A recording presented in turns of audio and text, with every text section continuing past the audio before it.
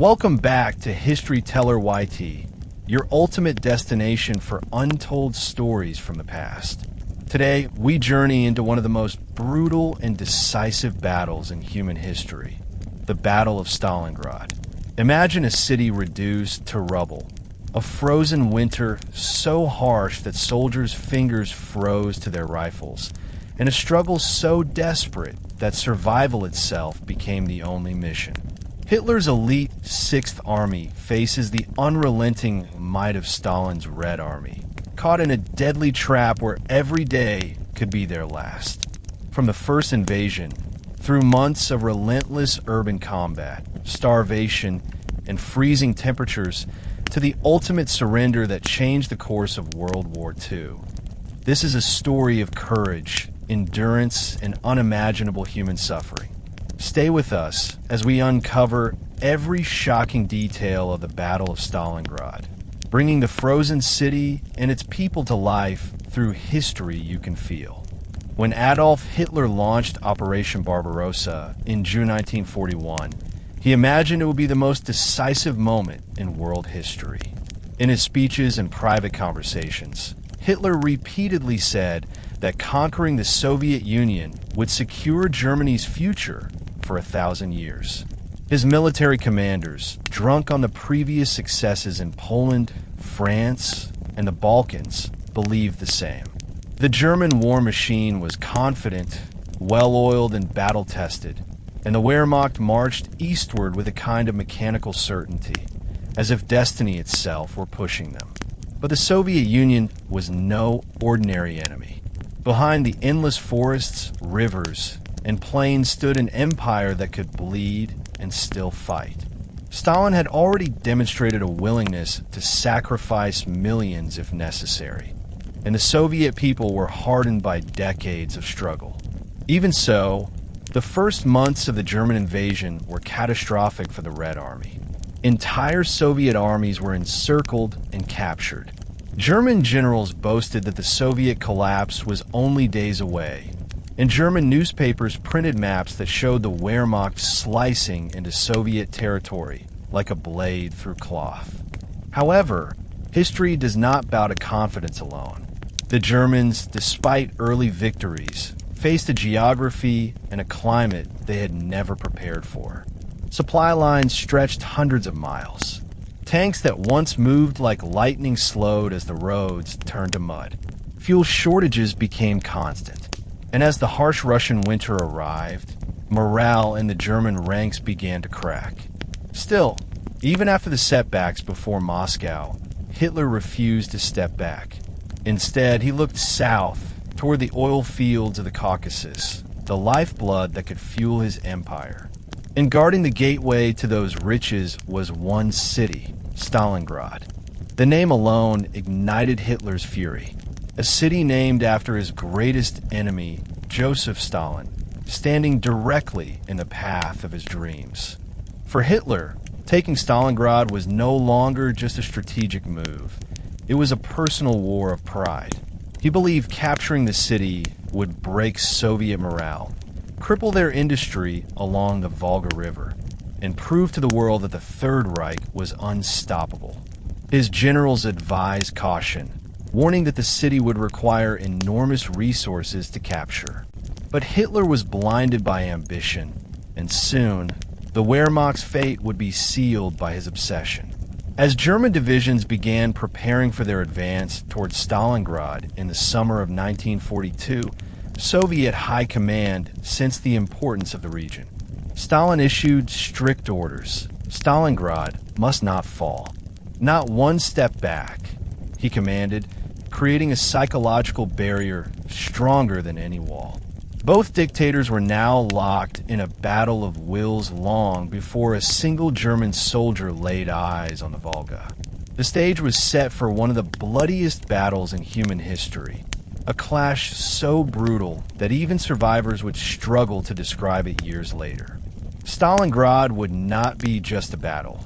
It would become a symbol of resistance, sacrifice, and human endurance pushed to its absolute limit. Joseph Stalin had always been a man of iron nerves, or at least that is how he presented himself to the world. But in the summer of 1942, even Stalin felt the weight of impending disaster. The previous year's battles had scarred the Red Army. Millions were dead, wounded, or captured. Many Soviet generals feared that the Germans would punch through the southern front and seize the rich oil fields that powered Soviet industry. Losing those regions would have meant losing the war entirely. Stalingrad, though not the largest Soviet city, stood as the final shield protecting the Soviet heartland and the gateway to the Caucasus. Its loss would have been catastrophic. Stalin understood this better than anyone else. For him, Stalingrad was more than a strategic position. It was a symbol of his own power and the Soviet identity. If Hitler captured a city bearing Stalin's name, the psychological damage would be immense.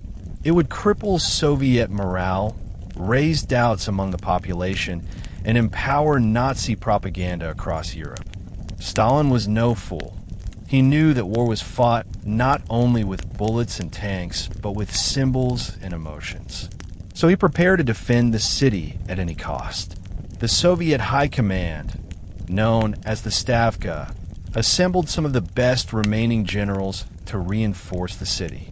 Among them was General Vasily Chukov, a tough, stubborn commander with a fiery personality. Chukov had already proven himself a man who refused to surrender, even under impossible circumstances. When he was assigned to defend Stalingrad, he accepted the role with grim determination. He understood exactly what the task required: hold the city, survive the bombardments, and fight the Germans street by street, room by room, until reinforcements could arrive. The Soviet leadership also reorganized its forces, drawing reinforcements from distant regions.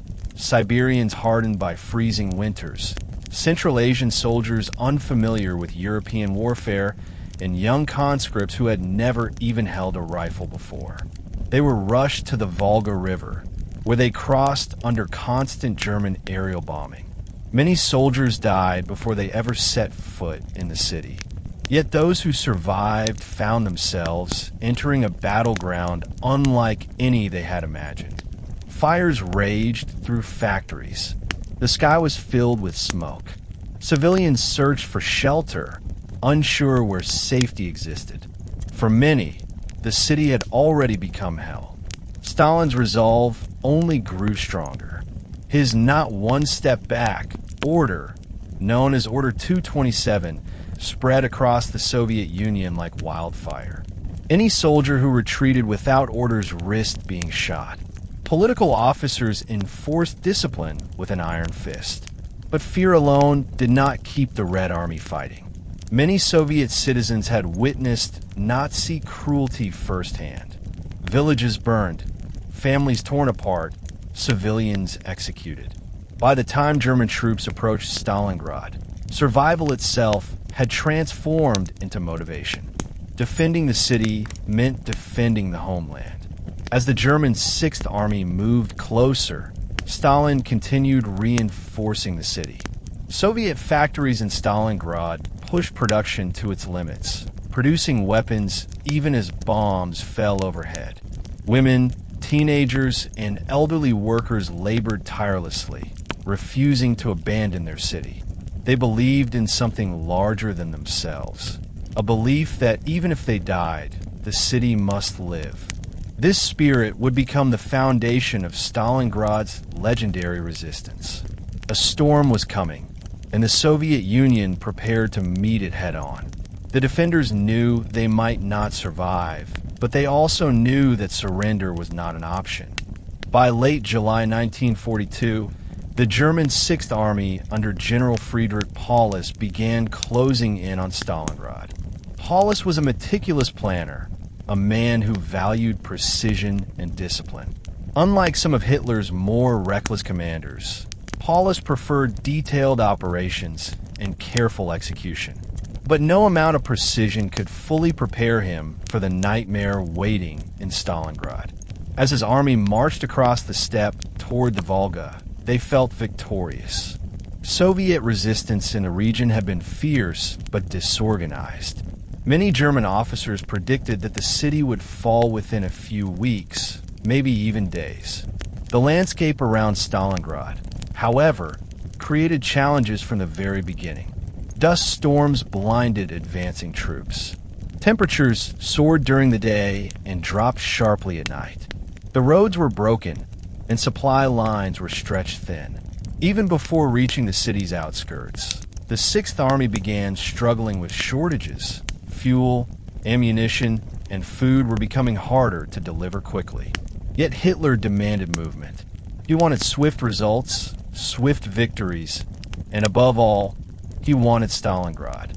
When German reconnaissance units spotted the city in the distance, they expected to see a collapsed urban center ready to surrender.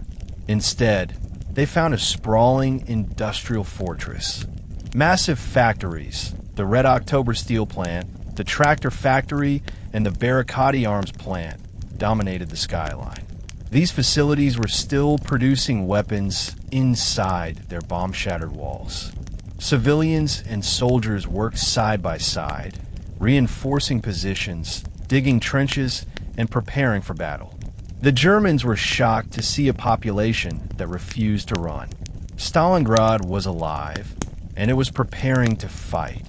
The Luftwaffe, led by Hermann Göring, unleashed one of the most devastating bombing campaigns of the war. Waves of German aircraft dropped thousands of bombs on the city, turning entire districts into smoking ruins. Buildings collapsed, streets cracked open, and fires raged through neighborhoods. Tens of thousands of civilians died in the first week alone. The bombing was so intense that the Volga River itself seemed to glow orange at night from the flames. Göring boasted that Stalingrad would soon be nothing more than rubble. But this destruction became the city's greatest weapon. The ruins of Stalingrad created endless hiding spots, sniper positions, and defensive strongholds. German tanks struggled to move through the debris. Streets that once offered easy passage turned into deadly traps. Soviet soldiers used the wreckage to their advantage, blending into the shadows, waiting for the Germans to enter at close range.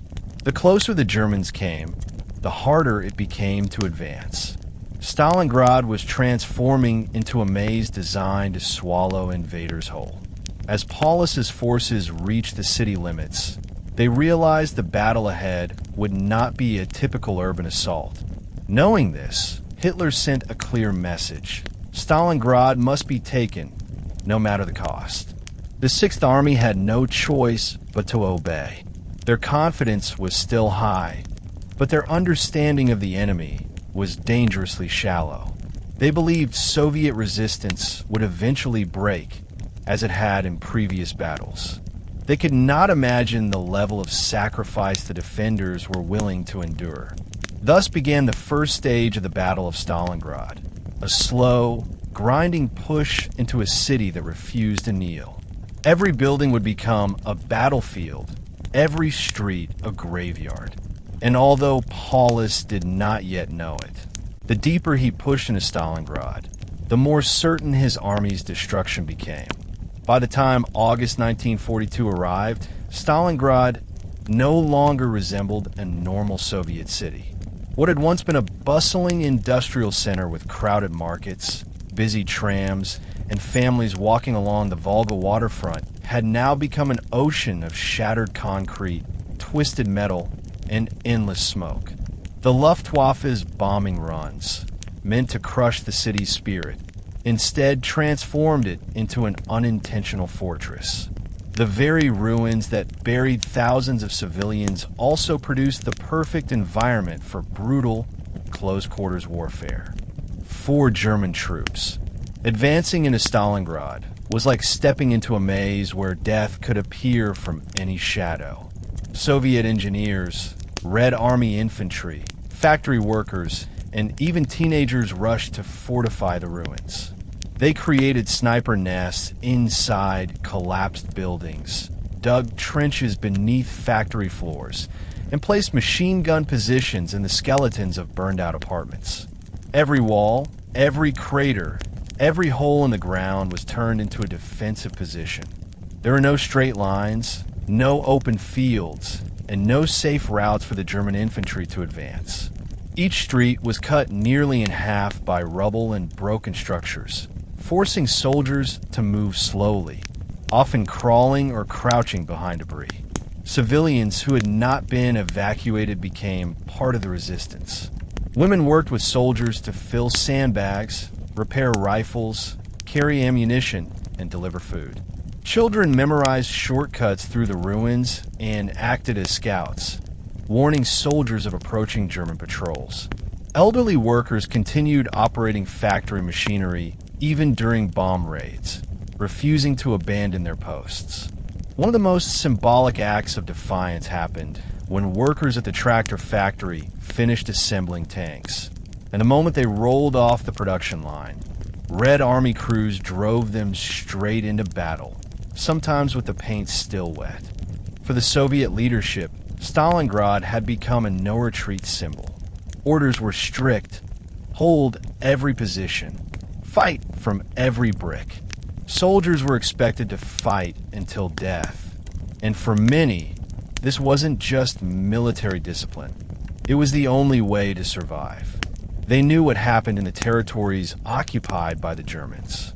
They had heard stories of mass killings, destruction, and brutal treatment of civilians. Surrendering was not an option. It would only bring further suffering. And so, the defenders of Stalingrad embraced the ruins as their home and their shield.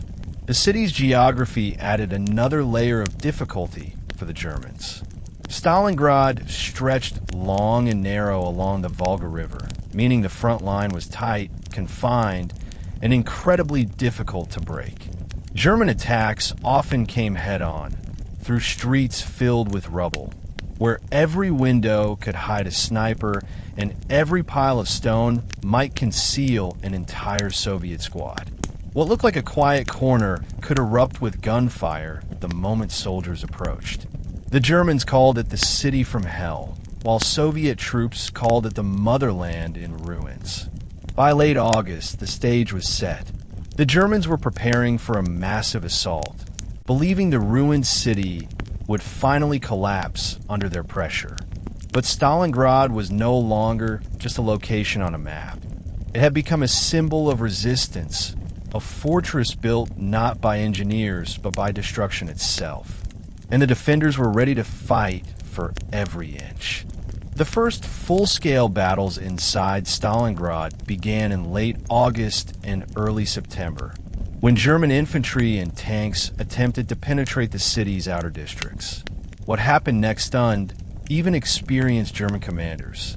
They were prepared for heavy resistance, but not for the suffocating, unpredictable chaos that the streets of Stalingrad unleashed. Urban warfare here was unlike anything the Wehrmacht had faced in Europe.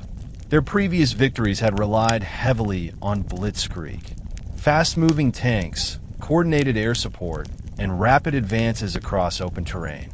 But Stalingrad shattered this strategy instantly. German tanks became nearly useless the moment they entered the tight, debris-filled streets.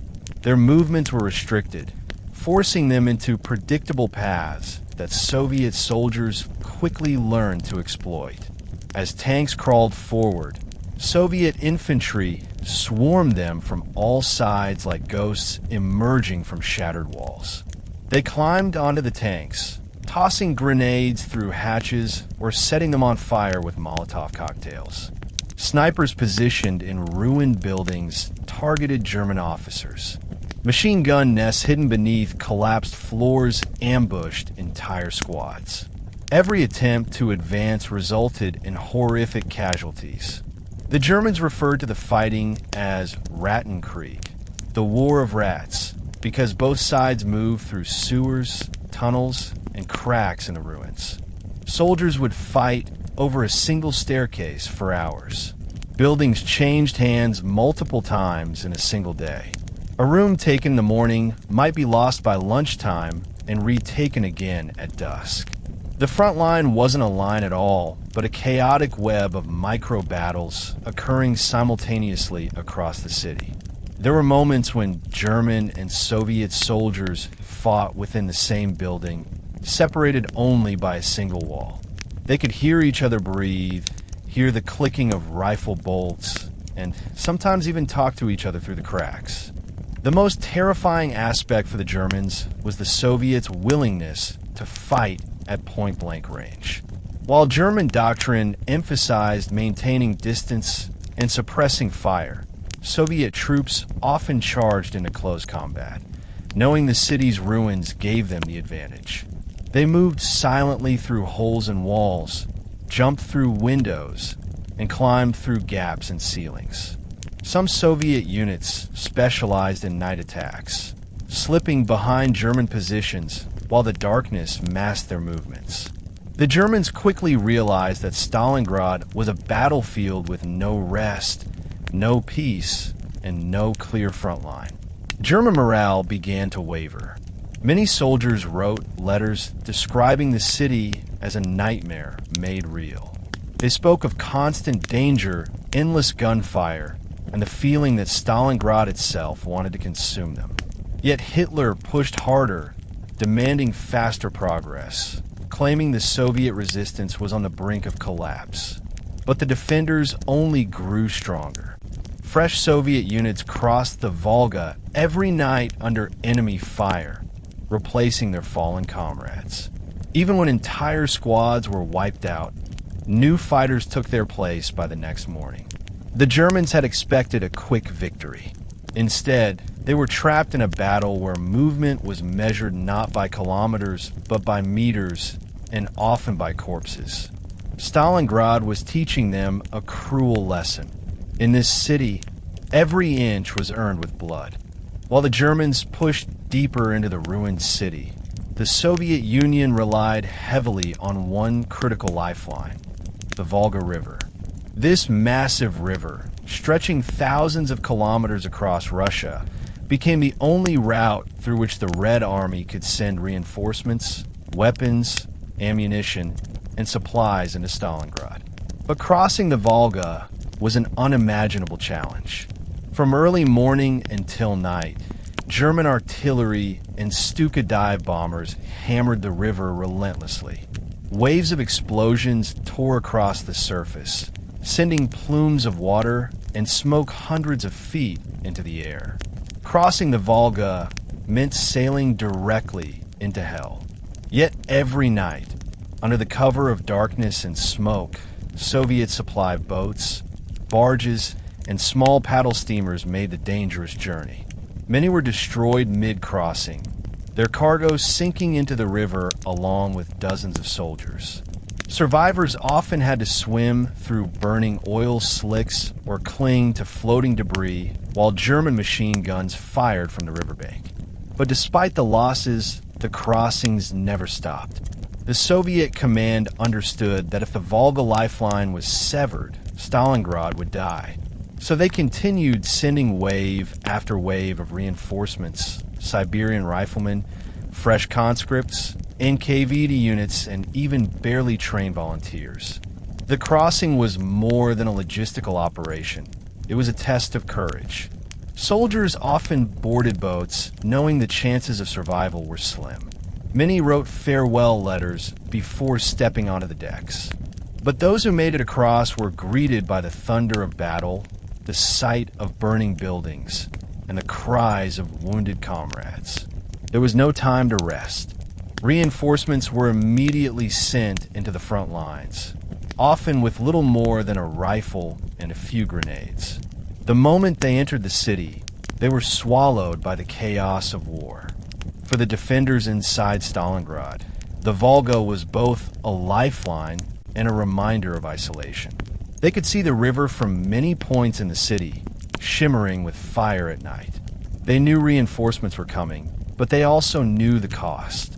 Wounded soldiers were transported back across the same dangerous route, lying on blood-soaked stretchers while shells exploded around them. Many never reached the eastern bank alive. Despite the danger, Medical staff risked everything to evacuate the injured, refusing to leave anyone behind who still had a chance. German forces tried repeatedly to cut off the Volga crossings. They brought in heavy artillery, set up forward observation posts, and used the Luftwaffe to target any movement on the river. But the Soviets adapted. They crossed at varying times, changed boat routes, and used smoke screens to conceal their movements. Some soldiers even swam across with ropes, pulling makeshift rafts behind them. The Germans destroyed countless boats, yet the Soviets kept coming. The river, despite being a killing ground, remained open. The Volga became a symbol of Soviet resilience. It represented the stubborn determination to keep Stalingrad alive, no matter the cost. And as long as boats continued to cross, the defenders knew one thing: they were not abandoned. They would fight on because reinforcements were still coming through the fire. The fight for Stalingrad's central train station became one of the earliest and most symbolic clashes in the brutal struggle for the city. The station was a vital strategic point, positioned near key roads, overlooking parts of the Volga River, and serving as a gateway into the industrial district. If the Germans captured it, they would gain a critical foothold deeper inside the city. If the Soviets held it, they could slow the German advance and protect the routes used to ferry reinforcements across the river. This made the station a magnet for violence, where both sides poured in men, ammunition, and sheer determination. The building itself, once a proud symbol of progress and transportation, quickly turned into a nightmare of collapsed beams, shattered glass, and burning platforms. German troops stormed the station with overwhelming firepower, supported by tanks positioned outside the square. They expected to overrun the defenders within an hour. Instead, they ran into a storm of bullets fired by Soviet soldiers entrenched inside the ruins. Red Army machine gunners had converted ticket offices, waiting halls, and even baggage rooms into fortified nests. Snipers perched on what remained of the station's roof, waiting for German officers to expose themselves. Every corner became a killing zone. Battles inside the station often devolved into pure chaos. Visibility was reduced to a few meters due to dust, smoke, and debris. Soldiers grappled hand-to-hand, fighting with knives, bayonets, shovels, and even chunks of concrete. Grenades exploded in tight hallways, sending lethal fragments bouncing between walls. The Germans would take control of one part of the station only to be pushed out minutes later by Soviet counterattacks.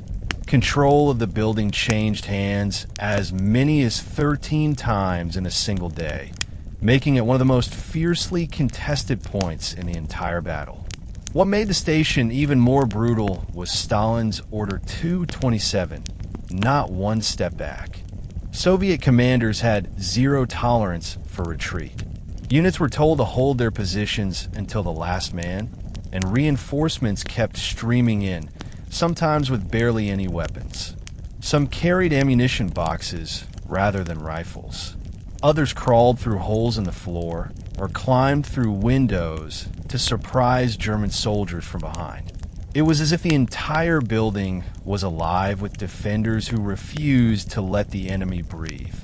The German soldiers were shocked by the intensity of Soviet resistance. They had faced strong defenses before, but Stalingrad introduced them to fighters who seemed impossible to defeat. Many German letters from the time described the station as a slaughterhouse and a gate to death. They complained that the Soviets did not fight like ordinary soldiers. They fought like people with nothing left to lose. This psychological pressure began to wear down the German troops, forcing them into a relentless cycle of attack and retreat. By early September, the station was reduced to a skeleton of blackened walls and mangled metal. But despite its condition, it remained a frontline stronghold. Neither side could truly claim victory there. Instead, the station became a symbol of how the rest of the Stalingrad battle would unfold. Inch by inch, brick by brick, life by life. It was no longer a contest of strategy alone. It had become a trial of endurance, a test of which side could survive the madness longest. Mamayev Kurgan, a historic burial mound overlooking much of Stalingrad, quickly became one of the most important and contested locations in the entire battlefield. Whoever controlled the hill had a commanding view of the city, the Volga River, and the surrounding plains. Its height made it a perfect place for artillery observers, snipers, and forward command posts. For the Germans, capturing it meant breaking Soviet lines and gaining the high ground needed to direct their assaults. For the Soviets, holding the hill meant protecting their lifeline across the Volga and preserving the last defensive line around the industrial district. From the earliest days of the battle, Mamayev Kurgan was subjected to non-stop bombardment. German bombers pounded the hill until the soil itself erupted into clouds of dust and fire. Artillery shells rained down so frequently that the earth became churned into a fine powder, mixed with metal fragments, shredded uniforms, and human remains. The grass and trees that once covered the hill were incinerated. The landscape turned into a moonscape of craters and bones. Soldiers described it as a place where nothing living could survive for long. Yet we went back there again and again. The hilltop saw some of the closest and most terrifying fighting of the entire battle. Soviet and German soldiers charged up and down the slopes repeatedly, often meeting at the summit with barely any cover between them. The defenders dug trenches only to have them obliterated minutes later by artillery. Positions changed hands multiple times in a single day. A Soviet soldier once wrote in his diary, "We died for meters, not kilometers."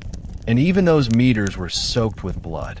Snipers played a deadly role on Mamayev Kurgan. Both sides positioned their best marksmen along the slopes, where they hunted enemy officers and anyone attempting to coordinate attacks. One shot could change the course of a local engagement, and the hill echoed constantly with the crack of rifles. The Soviets deployed sharpshooters trained in stealth and patience, while the Germans sent their elite designated marksmen to counter them. This created a deadly game of cat and mouse, where the slightest movement could mean instant death. Despite the chaos, the Soviet command considered the hill sacred ground. It protected the Volga crossings and formed the backbone of the city's defenses. Soldiers defending Mamayev Kurgan often arrived with specific orders: hold the hill until death. There is no retreat. Many units assigned to the hill never returned. Entire companies were annihilated in a single afternoon. Reinforcements arrived continuously, but they too disappeared into the dust and smoke of the battlefield. The Germans eventually managed to capture parts of the hill, but they could never secure it completely. Soviet counterattacks, often launched at night or under smoke cover, kept pushing them back. The hill became a graveyard, both literally and symbolically. Bodies were buried in shallow mass graves, only to be uncovered again by fresh artillery strikes. Soldiers sometimes fought while stepping over the remains of comrades who had fallen hours earlier. When historians look back at Stalingrad, Mamayev Kurgan stands as one of its most painful chapters. It was a place where no victory came without horrific loss. But for the Soviets, holding the hill meant holding hope. And that hope, however fragile, kept them fighting. Urban warfare created an environment where snipers thrived, and Stalingrad became the ultimate battleground for these deadly hunters. Among the ruins, shadows, broken walls, and twisted metal, snipers from both sides turned the city into a realm of fear, where any exposed movement could be the last. The Soviet Union deployed hundreds of trained sharpshooters, many of whom came from civilian backgrounds: hunters, factory workers, farmers, and even university students. They learned quickly that precision and patience would decide life or death. One of the most famous Soviet snipers was Vasily Zaitsev, a young man from the Ural Mountains who had worked as a clerk before the war. His calm demeanor and natural accuracy made him an ideal marksman. He adapted instantly to the brutal conditions of Stalingrad, where visibility was limited and every shot had to count. Zaitsev hunted from ruined factories, shattered staircases, and hidden trenches. He often changed positions multiple times a day to avoid being located by the enemy. His kills became a source of inspiration for Soviet troops, who saw him as a symbol of unbreakable will. But the Germans had elite snipers of their own. When German command learned of Zaitsev's growing reputation, they sent their most skilled marksmen to eliminate him. What followed became one of the most legendary sniper duels in military history. The battlefield was not a wide open field, but a maze of rubble, burned out structures, and collapsed ceilings. For days, each sniper tried to outsmart the other, moving carefully through shadows and listening for the faintest sound. The duel represented more than personal skill. It was a clash of morale, a battle for psychological supremacy.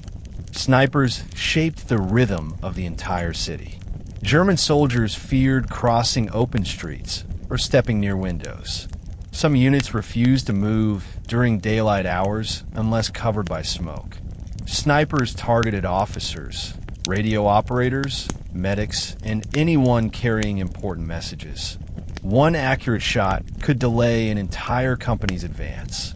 Soviet snipers used every advantage they had: reflections from broken glass, footprints in the dust, tiny movements in the ruins. They learned to disappear into the environment so well that German soldiers believed the Soviets could melt into the walls themselves. Sniper teams often worked in pairs, a shooter and a spotter. The spotter watched for enemy movement, calculated distance, and planned escape routes. They communicated with subtle gestures rather than whispers, since even a soft sound could reveal their position. The psychological pressure of this work was immense. Snipers sometimes remained in the same position for hours or even days, waiting for a single perfect shot. They endured freezing winds, hunger, thirst, and the constant fear of being discovered. The role of snipers in Stalingrad was not just tactical, it was psychological warfare. German soldiers described the city as filled with invisible death, where the enemy could strike at any time. Snipers turned the ruins into a living nightmare, slowing German advances and giving Soviet defenders precious time to reorganize. Their presence helped level the battlefield, countering the numerical and technological advantages of the German army. By the end of the battle, snipers had become legends. Their contributions, though made quietly and often unnoticed by the chaos around them, played a critical role in preserving Soviet positions during the darkest days. In a city where every inch mattered, one well-placed bullet could change the course of an entire fight.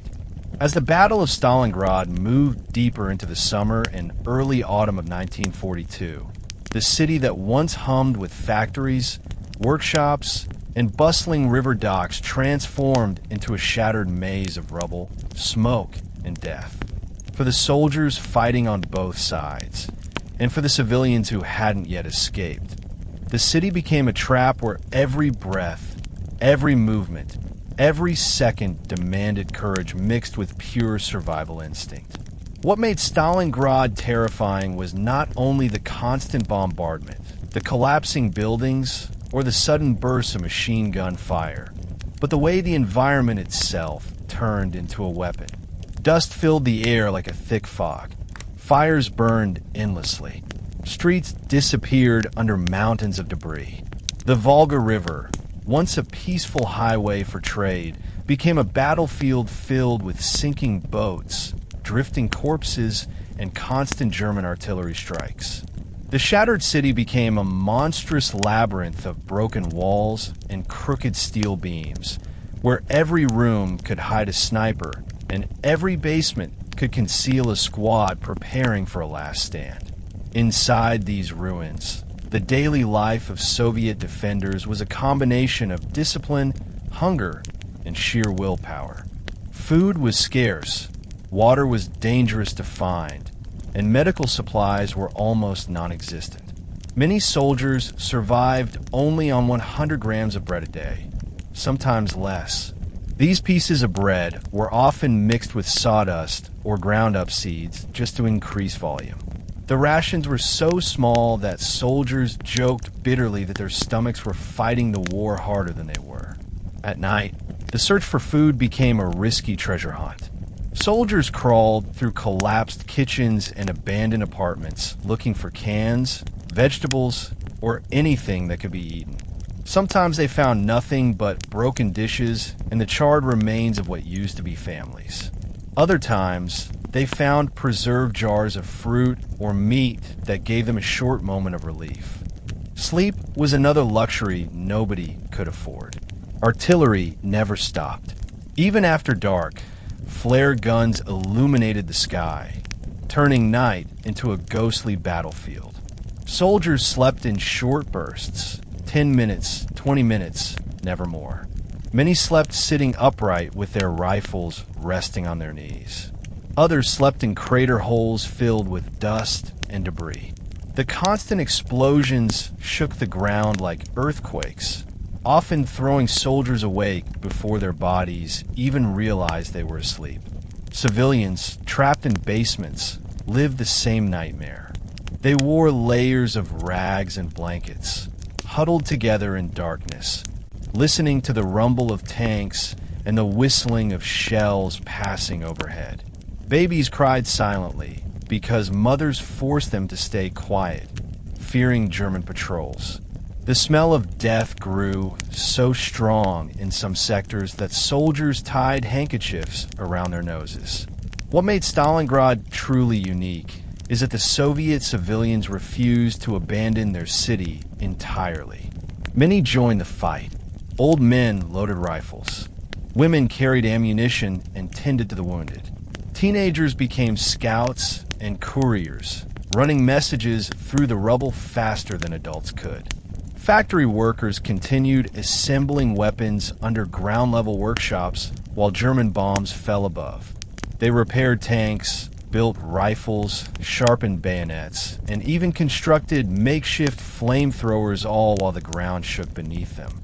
It was as if the entire population fused into a single machine driven by desperation and determination. For them, Stalingrad was more than just home. It was the symbol of Soviet pride, and they were ready to fight inside every single room, hallway, and sewer until the last breath. The German soldiers faced their own struggles. They came expecting a quick victory.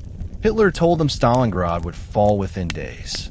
Instead, they found themselves stuck in endless street battles where progress was measured by meters, not miles.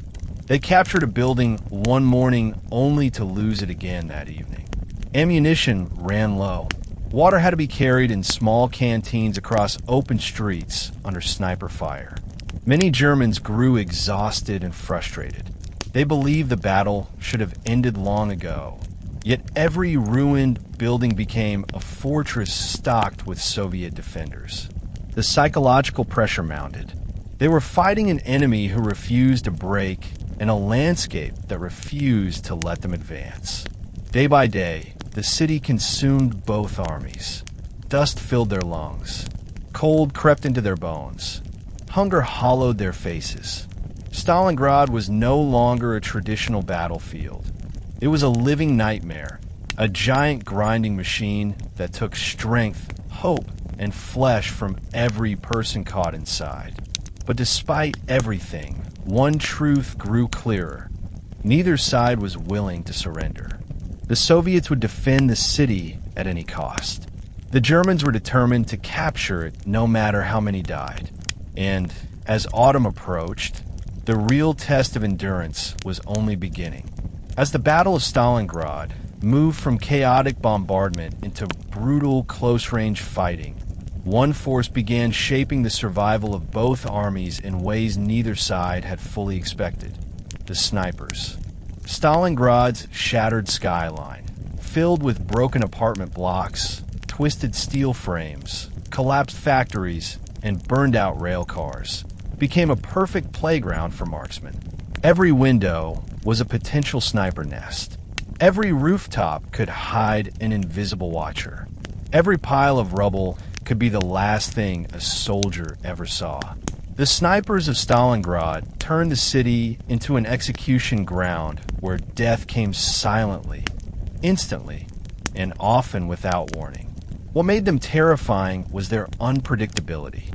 You could be walking calmly through a courtyard that seemed safe, and then a single crack of a rifle echoed through the ruins, dropping a man who never even saw his killer.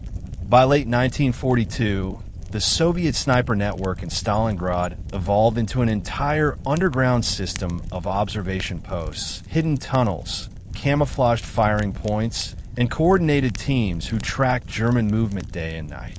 These snipers weren't just trained soldiers. Many were hunters, farmers, workers, or students who had learned patience, precision, and the ability to blend into the environment long before the war began. They painted their rifles with ash and mud. They covered their helmets with torn cloth to avoid reflections. Some even inserted broken glass into cracks in the wall to create tiny viewing mirrors. Their most famous symbol became Vasily Zaitsev, the legendary sniper from Siberia, who used every trick learned from hunting wolves on the snowy steppes. His methods were copied across the entire front, shooting from multiple angles, decoy positions, and rotating between firing spots, so German marksmen could never trace his exact location. The Germans, realizing how much damage the Soviet snipers were causing, responded with their own elite teams. They brought in experienced hunters from Bavaria, specialized sharpshooters from the Wehrmacht, and even highly trained SS marksmen. A silent war began above the main battle. A psychological duel where two invisible opponents hunted each other with enormous patience. These sniper duels could last hours, sometimes entire days, without a single shot being fired. One man would wait behind a broken chimney. The other would hide behind the steel frame of a destroyed tram stop. Both would stare at shadows in the distance, searching for the slightest movement, a glint of metal, the shift of a helmet, or the faint reflection of an eye. In Stalingrad, even sunlight became dangerous. Many soldiers refused to lift their heads outside of shadow, because a single ray of light could give away their position. The fear of snipers spread so widely that German troops developed a special slang term for them, Rattendekriegs, meaning rats of war. Whenever a shot killed someone instantly, soldiers muttered the phrase under their breath, their eyes scanning rooftops and windows like trapped prey. They moved in zigzags. They crawled on their bellies. They hugged the walls like shadows. Even officers, normally proud and upright, bent low while walking through open areas, knowing that Soviet sharpshooters targeted them first to break German command structures. Some German units became so terrified of sniper fire that they refused to advance during daylight at all, waiting for the deep darkness of night to cover their movements. But snipers were only one part of this invisible war. As buildings collapsed and streets filled with rubble, entire subterranean battles emerged underneath Stalingrad. Sewers, drainage tunnels, and broken basements became highways for Soviet scouts who moved silently beneath German positions. They used these tunnels to launch sudden ambushes, surprise counterattacks, or stealthy retreats. The Germans tried to block these underground routes with grenades, smoke, and patrol dogs, but the Soviets adapted quickly, creating their own hidden maps of the underground city. Combat below the surface was slow, suffocating, and incredibly brutal. Many soldiers described it as fighting inside the lungs of a dying beast. Humid, dark, and filled with the smell of sewage, blood, and mold. Above ground, the snipers reshaped the battlefield even further by forcing both sides to shift their entire strategies. Commanders had to plan movements carefully, using smoke screens, armored vehicles, or groups of soldiers running in short bursts from cover to cover.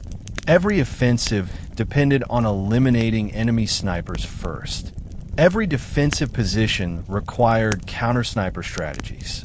Both armies learned to throw helmets on sticks or raise decoy mannequins to trick snipers into revealing their positions. Sometimes soldiers used shattered pieces of mirrors to survey open areas without exposing themselves. It was a deadly chess match where every move could mean life or death. And yet, within this world of constant danger, the snipers also became symbols of morale. The Soviets celebrated their snipers in newspapers, broadcasting stories of courage and deadly efficiency to inspire the defenders. Germans did the same with their own sharpshooters, describing them as hunters cleaning out nests of Soviet rats. These stories fueled anger, pride, and determination, driving both sides to fight harder. In a battle where men starved, froze, and bled inside the ruins of a once thriving city, the image of an unseen warrior waiting calmly for the perfect shot became a powerful reminder. Even in chaos, precision still mattered. By the end of autumn, sniper warfare transformed Stalingrad into one of the most dangerous places on Earth. You could hide behind a broken wall and still be watched. You could crawl through a ruined bedroom and still be targeted. You could drink from a water puddle and be exposed. In Stalingrad, every shadow had eyes, every window had a gun, and every narrow path could lead to a silent death. This invisible war didn't just shape the battle. It defined the psychological terror that made Stalingrad a nightmare neither side would ever forget. By late September 1942, the Battle of Stalingrad evolved into something no general had predicted and no soldier had ever experienced before. Entire industrial complexes, designed to build machines, tools, and weapons, transformed into colossal battlefields where every engine block, every steel beam, and every assembly line became part of the fight. These factories weren't ordinary buildings. They were massive, sprawling fortresses made of reinforced concrete, iron walls, underground workshops, smokestacks, and endless rows of machinery. When German soldiers first approached them, they expected to find abandoned structures. Instead, they found fortresses guarded by thousands of Soviet soldiers, workers, and volunteers who stood ready to defend their city's industrial heart with frightening determination. The three most famous battlegrounds inside the industrial district were the Red October steel plant, the Barricadi gun factory, and the Dzerzhinsky tractor plant. Each had its own unique geography, its own hidden passages, and its own terrifying maze of assembly halls. The Germans learned quickly that attacking these factories was not like fighting in the streets or seizing residential blocks. The inside of a factory was a world of changing elevation, catwalks, conveyor belts, welded platforms, thick walls, and giant furnaces that created pockets of extreme heat and dark shadows. Soldiers described it as a fight inside a mechanical monster built entirely out of metal, where the echoes of footsteps and gunshots blended with the creaking of cooling steel and the distant rumble of collapsing structures. Inside the tractor plant, one of the largest industrial complexes in the Soviet Union, Soviet workers continued repairing and building T-34 tanks even as German shells smashed through the roof. While grenades exploded only a few meters away, Mechanics tightened bolts, tested engines, and loaded ammunition into tanks that rolled straight from the assembly line into battle. Sometimes, tanks were handed over to drivers while paint was still drying on the armor plates. These freshly built tanks blasted through the factory gates and slammed directly into German infantry that had no idea brand new armored vehicles were being produced right behind the walls. Many German soldiers later admitted they had never imagined factories could keep working in the middle of such chaos. The Red October steel plant was another fortress. Its thick steel walls and sprawling underground sections became natural defensive positions for Soviet troops. The fighting inside this plant was so intense that soldiers often battled from opposite sides of the same wall, cutting holes through steel plates to throw grenades at each other. Entire platoons disappeared in the maze of half-finished hallways and flooded corridors. Some areas were so dark and filled with smoke that soldiers fought at arm's length, stabbing with bayonets or swinging heavy tools like hammers and wrenches when ammunition ran out. The sound inside the steel plant was deafening. Constant gunfire, collapsing beams, hissing steam pipes, and the hollow metallic echo of every explosion bouncing between steel columns. The Barricadi gun factory, famous for making artillery pieces and heavy weapons, became the scene of some of the most brutal close-quarters combat of the entire war. Its production halls were lined with machine parts and giant presses that created natural barricades. Soviet crews hid behind unfinished cannons and ammunition crates, using them as improvised bunkers. Germans advanced cautiously, knowing every corner might hide a machine gun nest. The factory floor was so cluttered with debris that tanks could barely move, forcing infantry to fight room by room. In some parts of the factory, the Soviets dug trenches inside the building, turning the floor into a miniature battlefield with foxholes and firing pits carved into the concrete itself. One of the most haunting aspects of the industrial battles was the constant presence of workers. Even though many civilians had fled earlier in the siege, thousands stayed, some voluntarily, some because they were trapped, and fought alongside the military. Women carried ammunition. Elderly workers repaired rifles. Teenagers welded tank armor plates under flickering lights. For them, defending Stalingrad's factories meant defending not just their city, but the symbol of Soviet industrial strength. Their bravery astonished even hardened soldiers. German officers often reported that the Soviets fought with the courage of people protecting their own homes, except that in this case, their home was a giant, smoke-filled factory built of iron and concrete.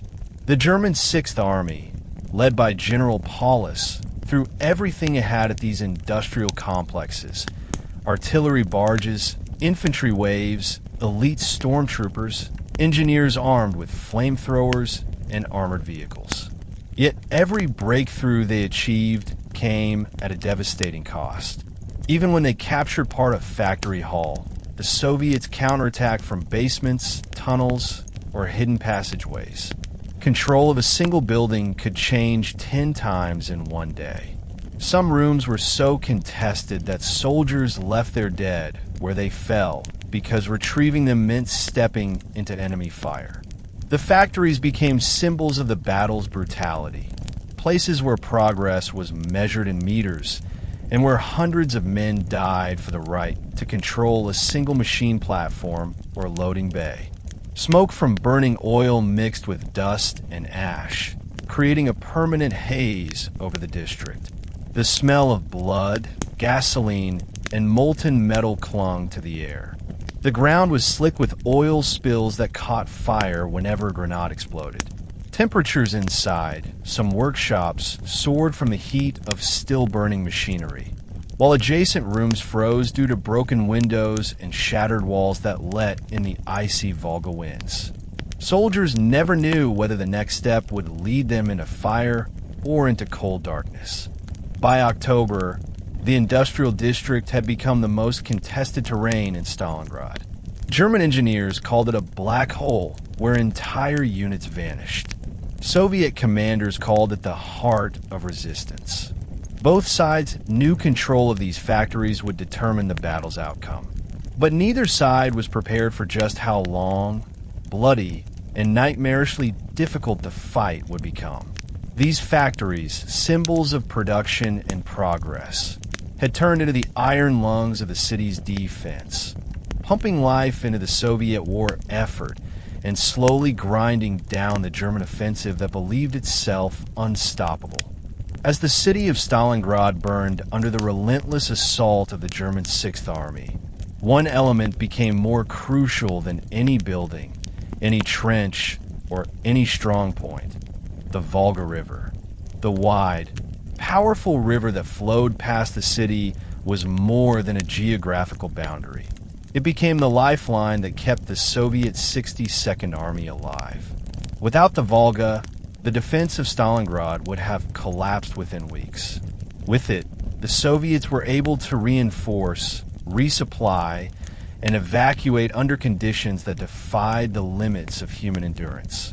The Volga wasn't just a river.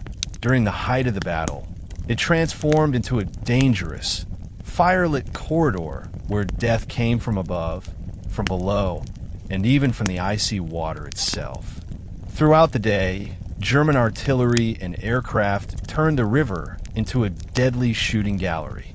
Any boat, barge, or raft that attempted to cross under sunlight was instantly targeted. The Luftwaffe swooped down with Stuka dive bombers that screamed through the air before releasing bombs that sent massive water plumes into the sky. Shells exploded constantly, churning the river's surface into boiling waves. Soldiers called the Volga the longest grave in Stalingrad because so many supply boats were sunk that the riverbanks became clogged with wreckage and floating bodies. Many Soviet soldiers died before they even saw the city, not in the rubble-filled streets, but in the dark waters of their own homeland. Because daytime crossings were too dangerous, the Soviets shifted their operations almost entirely to night missions. Under the black cover of darkness, thousands of reinforcements, ammunition crates, and medical supplies were loaded onto small wooden boats, fishing vessels, barges, and even makeshift rafts patched together from logs and barrels. These dangerous journeys were commanded by the Volga Flotilla, brave sailors who had to navigate through artillery zones so intense that one wrong turn meant instant death. They guided boats with muffled engines through massive walls of smoke drifting from the burning city. Sparks from fires reflected off the water like a sea of glowing embers. The river's surface was often coated with oil from sunken ships, which caught fire when shell fragments landed nearby, creating floating patches of flame that forced boat crews to steer around burning spots like navigating a maze of hell. On these nighttime crossings, the stakes couldn't have been higher. Every soldier brought over the river meant another rifle defending the collapsing front lines. Every crate of ammunition meant another hour of survival for the troops fighting in the factories, trenches, and ruined apartments. Many reinforcements were young Siberian recruits who had never seen a city before, let alone a battlefield like Stalingrad. They crouched silently in the darkness of the boats, gripping their rifles tightly, terrified not of the enemy, but of the freezing black water surrounding them. Some boats were so overloaded that their edges dipped below the surface with every wave threatening to capsize. Others were hit by artillery mid-crossing and sank instantly, leaving men screaming in the cold, swirling currents, dragged down by the weight of their equipment. For the wounded, the Volga crossings were equally horrific. Many were carried back across the river on stretchers, piled into the same boats that had delivered reinforcements only hours earlier. Their bandages were soaked with blood. Their faces were pale from shock. Some died before reaching the eastern bank. doctors and nurses operated on many of them in underground medical bunkers carved into the river cliffs because the city hospitals had been destroyed. The wounded were often loaded into boats alongside crates of supplies, lying between boxes of ammunition and broken rifles while shells exploded overhead. Survivors described the return journey as a blur of pain, darkness, and the constant fear that the next explosion would throw them into the icy river. Even under such impossible conditions, the Volga crossings created legends. Sailors risked their lives dozens of times a night, refusing to abandon their missions even when their boats were riddled with holes. Some patrols were hit so many times that the crew used their own coats, boots, and helmets to plug gaps in the hulls. Commanders wrote reports of sailors who continued rowing even while bleeding from shrapnel wounds. Entire crews died at their posts with their hands still gripping oars or wheel handles. These men became the beating heart of Stalingrad's defense, a silent army that the Germans never fully understood. While the Germans believed the defenders must eventually run out of manpower, reinforcements kept appearing from the shadows of the river, slipping into the ruins like ghosts. The Soviet High Command understood the Volga's importance so deeply that they were willing to sacrifice everything to keep the river connections open. Anti-aircraft guns were placed on barges, rooftops, and cliffs overlooking the water. These guns fired constantly at German aircraft, creating a deadly web of tracer fire that lit up the sky like a cage of burning wires. The explosions reflected off the river, making it look like a mirror of chaos. Yet even with this fierce defense, the Germans managed to sink dozens of boats every night, and the cost of maintaining the river lifeline grew heavier with each passing week. Still, the Soviets never stopped crossing. The river became a symbol of their resilience, their refusal to surrender, and their determination to hold the city at all costs. The Volga was their last breath of life, the artery feeding the defenders with just enough strength to withstand the German onslaught. Without it, the city would have fallen in weeks. With it, Stalingrad endured, and as the nights grew colder and the winds turned icy, the river crossings became even more dangerous. Ice began forming along the edges. Engines stalled in the freezing temperatures. Soldiers slipped on frost-covered decks. Yet the flow of reinforcements continued. For in Stalingrad, survival was not just a matter of courage. It was a matter of crossing the Volga again and again through fire, smoke, and darkness. By early October 1942, the defense of Stalingrad rested almost entirely on the exhausted shoulders of the 62nd Army, commanded by General Vasily Chukov, a man whose name would forever be tied to the survival of the city. Chukov took command at a moment when many believed Stalingrad would fall within days. The Germans had pushed deep into the city. The Luftwaffe ruled the skies, and the Soviet forces were scattered, bleeding, and desperate. Yet Chukov, scarred by years of war and known for his stubborn determination, refused to see the city's ruins as a sign of defeat. Instead, he saw them as a fortress, a place where the Soviets could make the Germans choke, bleed, and ultimately break.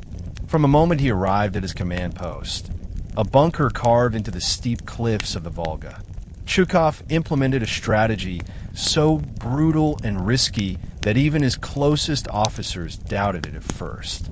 He called it hugging the enemy. The idea was simple. Keep Soviet positions so close to the German front lines that the Luftwaffe couldn't bomb them without hitting their own troops. In some areas, the front lines were so close that Soviet soldiers could hear German conversations, smell their food, or see the steam rising from their helmets on cold mornings. This proximity turned the battle into a grinding melee where grenades, bayonets, knives, and even bare hands were often the deciding weapons. Chukov understood that he didn't need to defeat the Germans outright. He only needed to delay them. Every hour the Soviets held their ground brought the German Sixth Army closer to exhaustion and stretched their supply lines thinner. Every day the Soviets survived gave more time for reinforcements to cross the Volga or for the High Command to plan a counterattack. His mission wasn't to win Stalingrad immediately. It was to make the Germans pay such a high price for every meter that eventually they would collapse under their own losses. To achieve this, Zhukov broke traditional defensive tactics. He ordered constant counterattacks, not to reclaim large areas, but to keep the Germans off balance, to make them paranoid about ambushes, and to deny them the chance to consolidate their gains. These counterattacks were small, often just a platoon or a handful of soldiers, but they struck suddenly from tunnels, sewers, broken buildings, and hidden trenches. Germans who thought they had secured a position often found themselves attacked from the shadows only minutes later. This relentless harassment created chaos and fear among the German ranks, who came to believe that every ruin, every ditch, and every corridor might hide Soviet fighters ready to burst out with knives or submachine guns at any moment. Conditions for Zhukov's soldiers were almost beyond imagination. Their bunkers were constantly flooded with smoke, dust, and the stench of decay. Many soldiers fought for days without sleep, collapsing into brief moments of unconsciousness only to wake up to another artillery strike. Rations ran dangerously low.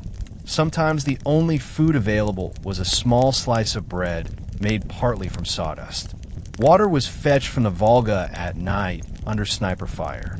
Medicine was nearly non-existent.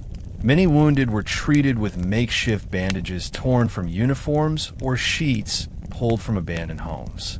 Yet despite these hardships, what kept the 62nd Army fighting was something deeper than fear or duty. It was the belief that retreat was impossible. Behind them was the river, cold, open, and exposed to German fire. If they retreated, they would die. If they held their ground, they might survive another day. Zhukov reinforced this mentality with strict discipline. Deserters were shot. Panic was crushed immediately. But at the same time, he inspired his soldiers by sharing their suffering. He refused to leave the front lines, staying in his bunker even when it shook violently from German bombs. His presence became a symbol of stubborn resistance. Even civilians trapped in the ruins joined Zhukov's cause. Old men carrying rifles guarded alleyways. Women delivered ammunition through shattered streets. Teenagers crawled through rubble as scouts. For many, the 62nd Army became the living shield protecting their last hope of survival. They saw Zhukov not just as a commander, but as the final wall between them and total annihilation. German commanders were stunned by the Soviet resistance. They reported that every time they believed the Soviets were finally defeated, new defenders seemed to materialize out of the dust and smoke. Entire German battalions were shredded in attempts to capture a single building. One report famously stated that the Soviets fight for every brick. Another described the feeling of advancing into Soviet sectors as stepping into the jaws of a living beast that refuses to die. The Germans called the 62nd Army the Army of the Damned, because only men possessed by desperation or madness could fight in such conditions. But Zhukov understood something the Germans did not. The Soviets were not fighting for territory. They were fighting for existence. This difference in motivation turned the 62nd Army into something terrifyingly resilient.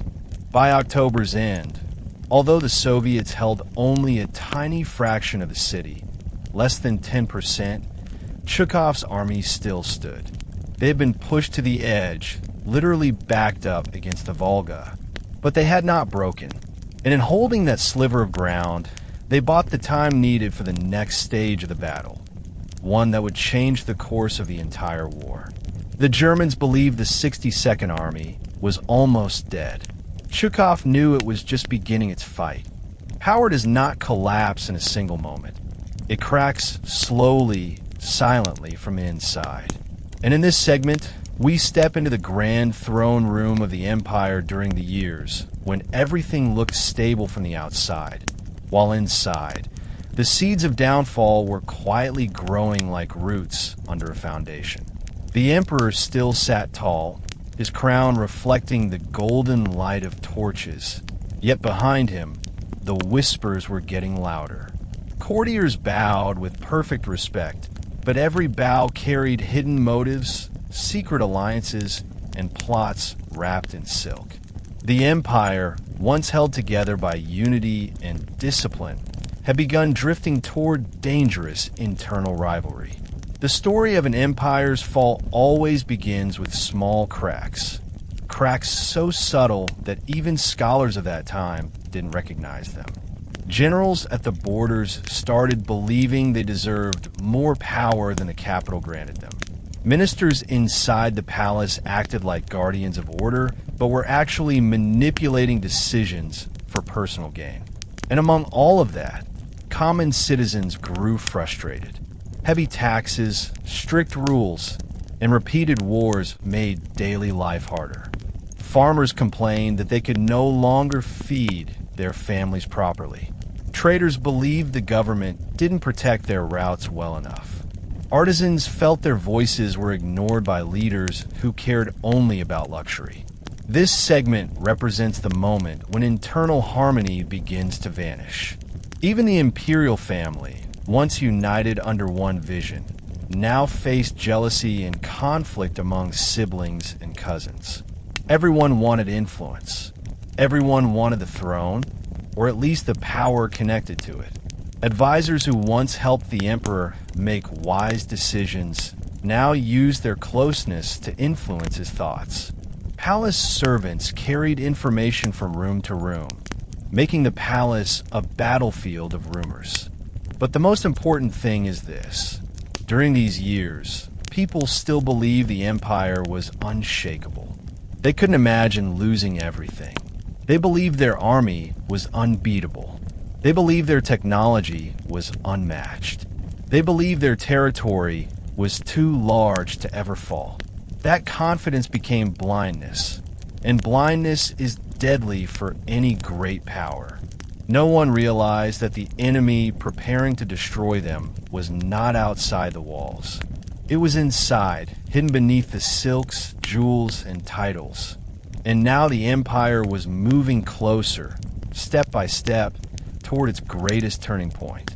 Every powerful empire faces one dangerous figure, the loyal general who becomes so strong that loyalty begins to fade. In this segment, we follow one such general, a man respected by his soldiers, feared by enemies, and admired by citizens. But admiration, when mixed with ambition, can become poison. His armies controlled the most strategic border of the empire, the region where most enemies attempted to attack. Because of this, he gained enormous influence. The emperor trusted him completely, giving him authority and resources beyond any other military leader. Yet the emperor did not understand one thing. A man who commands an army commands a future. The general knew he was essential. He knew that without him, the empire would struggle to protect its borders. Slowly, his loyalty shifted from the emperor to himself. He began making decisions without permission. He negotiated with tribal leaders independently. He collected taxes in the name of defense, but most of it stayed inside his personal treasury. And the men under him, soldiers who spent years with him in harsh climates, trusted him more than they trusted the capital. Their loyalty belonged not to the throne, but to their general. The palace grew nervous as rumors spread that the general might declare independence or even march toward the capital to seize power. Politicians feared him but couldn't act against him because the emperor refused to believe such a loyal warrior could ever betray him. The emperor's refusal to accept the growing danger made the situation worse. The general took advantage of this blind trust and expanded his control. He built secret alliances. He strengthened his personal guard. He even made secret deals with merchants who supplied his army. This growing tension marked the beginning of the empire's shift. Borders that used to be unified under one command now operated like separate mini-kingdoms. Soldiers started following personal leaders instead of the central authority. And once a military force becomes divided, an empire becomes vulnerable. Enemies at the outskirts sensed weakness. Rebellions started rising. Corruption spread through the military ranks like a silent disease. And at the center of all this chaos stood one man, a general who once served the empire with honor, but now dreamed of a destiny far greater than loyalty. Golden ages do not end with a single tragic event. They fade quietly, slipping away through small decisions, slow moral decay, and the loss of values that once made a nation strong. In this final segment of the part, we watch the empire's cultural and economic foundations weaken. Art, science, and philosophy that once flourished under royal support began to suffer as funds were redirected to maintain an oversized military and a corrupt political system. Schools struggled because teachers were unpaid. Scholars left the capital, searching for safer regions where their work was appreciated. Merchants paid heavy taxes, forcing them to raise prices, which angered citizens and reduced trade. People felt the change even before leaders acknowledged it. Streets that once buzzed with celebration and cultural events now remained quiet. Festivals grew smaller. Temples and public buildings started showing cracks because maintenance had become irregular. The mood of the entire civilization shifted from optimism to uncertainty. People whispered about the empire losing favor with fate. Travelers returning from distant regions reported that other nations were growing stronger while their own empire was slowing down. Economically, the empire began to choke. Inflation increased. Harvests fell because farmlands were neglected. Government workers demanded higher pay, yet the treasury was empty. The emperor announced reforms, but they were ineffective because corruption had seeped into every level of the system. Officials followed the rules only when it benefited them. Otherwise, they ignored commands. The laws that once protected people now served only those with money and power. As culture declined and the economy weakened, fear and frustration spread among ordinary citizens. They no longer saw the empire as a symbol of strength. They saw it as a giant structure with hollow walls, impressive from outside, but empty inside. And for the first time in generations, people began to whisper a forbidden question. What if our empire is not eternal? These whispers marked the beginning of the end, not because collapse had already happened, but because people finally acknowledged the truth. The golden age was gone, and the empire had stepped into the age of uncertainty. Empires rarely fall because of loud wars. They fall because of silent rebellions. In this segment, we enter the hidden world of secret gatherings, local leaders, and frustrated citizens who had finally reached their breaking point. While the capital remained busy with ceremonies and royal feasts, the remote provinces fell abandoned. These regions paid the highest taxes, provided the largest number of soldiers, and produced the essential goods that kept the empire alive, yet they received the least attention. Roads were damaged, trade caravans were frequently attacked by bandits, and government officials arrived only when it was time to collect money. Slowly, resentment began to grow like a fire igniting under dry grass. It started with farmers refusing to give grain to corrupt tax collectors. Local guards, who were supposed to enforce the law, simply looked away because they too were tired of the endless pressure. Then came the traveling storytellers who moved from village to village. sharing tales of past heroes who had once challenged unjust rulers. Their stories, once harmless entertainment, now carried a new meaning. They planted the idea that rebellion was not only possible, but necessary. And as these ideas spread, communities that had once lived peacefully under imperial rule began to form alliances. Secret meetings were held late at night, inside abandoned barns, hidden caves, and forest clearings illuminated only by lanterns. Leaders discussed their frustrations openly for the first time. They spoke about corrupt governors, harsh punishments, and leaders who no longer cared about their people. They discussed the weakening of the imperial army and the increasing power of rogue generals. They believed the empire was no longer the guardian of their lives. It had become the obstacle. And when people lose faith in their rulers, rebellion is no longer a question of if, but when. This silent rebellion did not appear in official reports. The capital had no idea. The emperor's advisors continued presenting false information, claiming everything was stable. They hid the truth because admitting weakness would reduce their influence. But in the outer regions, people secretly trained with old weapons, practiced guerrilla tactics, and prepared for something bigger. They had no leader yet. They had no unified banner. But they had anger, and anger is the first spark of any revolution. What the empire didn't know was that the fire had already begun spreading beneath their feet, waiting for the moment when it would rise and roar across the entire nation. Inside the palace, things looked completely different. While the people were preparing to revolt outside, the emperor was surrounded by a council that created an illusion of absolute stability. This council, made up of aristocrats, wealthy merchants, and long-standing ministers, controlled the flow of information. They told the emperor only what he wanted to hear, not what he needed to know. Whenever someone dared to speak honestly, they were either silenced, removed from their position, or publicly shamed for causing unnecessary panic. The emperor himself was not a bad man. He simply trusted the wrong people. He believed that by listening to his advisors, he was making wise choices. But in truth, these advisors were competing against one another for personal gain. Each minister wanted to be seen as the emperor's favorite. Each one wanted control over trade, taxes, or military appointments. Because of this internal competition, no one gave accurate reports. One minister claimed the economy was improving.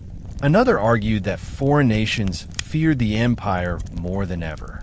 One even insisted that the people adored the emperor and that no dissent existed anywhere.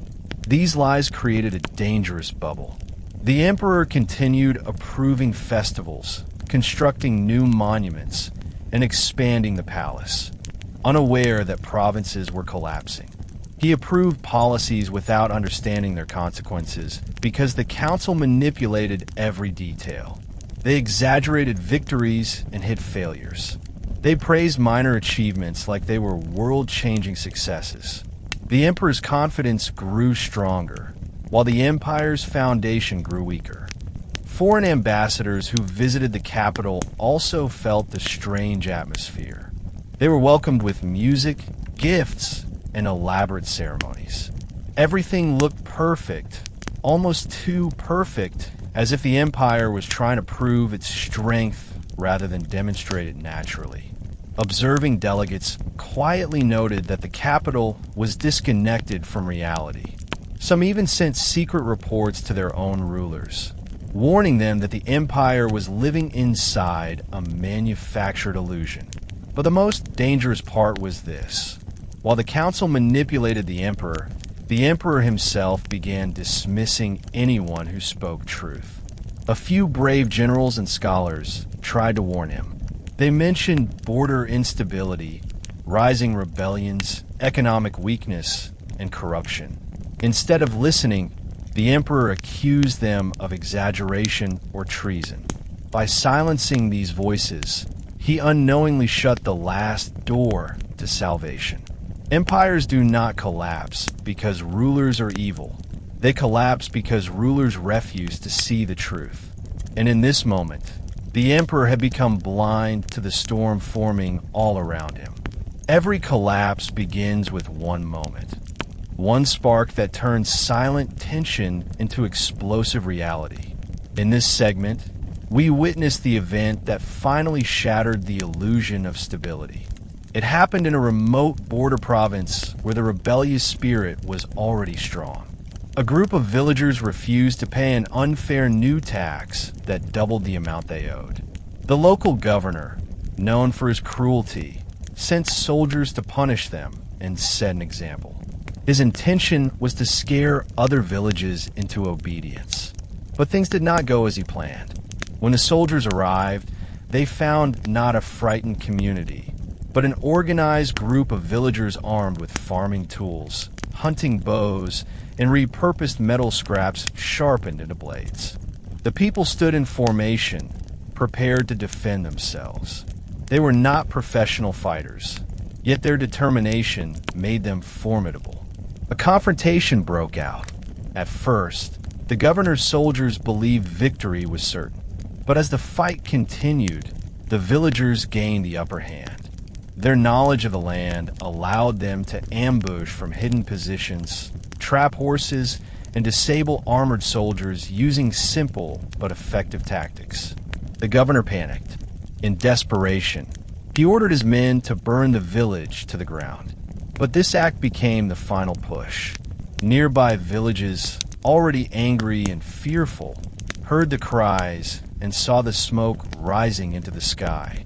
Instead of staying silent, they joined together and attacked the governor's forces from all directions.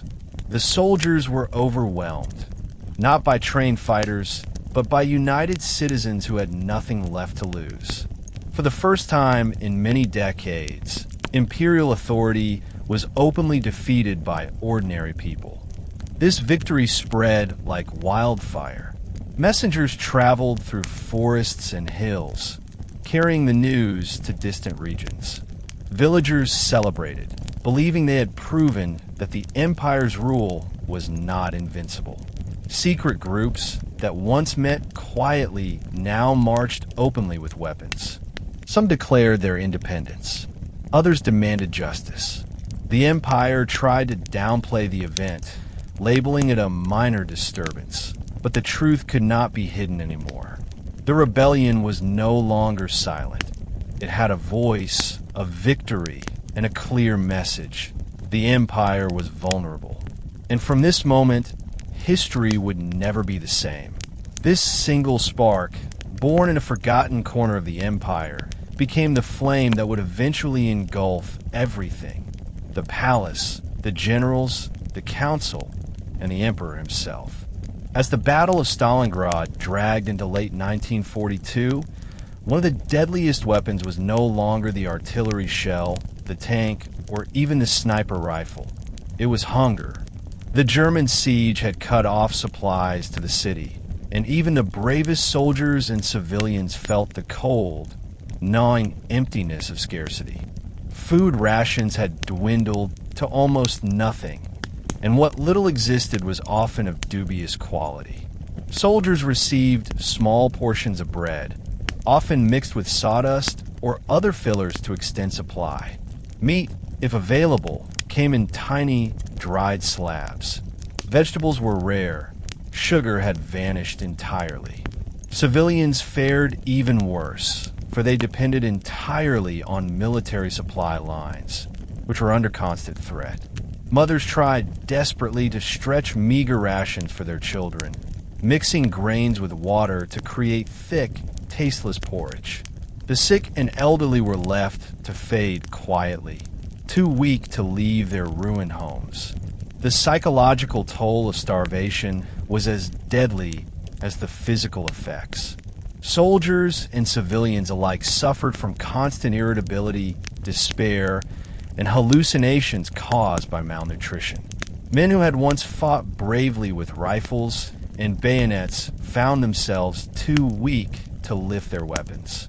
Women who ran the makeshift hospitals trembled as they tended the wounded, many of whom could not recover because there simply wasn't enough food to sustain their bodies. Families hid scraps in secret, fearing theft from fellow neighbors, driven to desperation. Entire blocks went silent as starvation claimed more victims than German bullets. Despite the unimaginable suffering, people refused to surrender. Hunger became a crucible that forged unexpected resilience. Civilians scavenged from rubble, often risking death to retrieve grain stored in abandoned warehouses or to catch fish from the freezing Volga. Soldiers learned to ration their meager supplies meticulously, eating only enough to survive one more day. The city itself seemed to feed off this will to survive.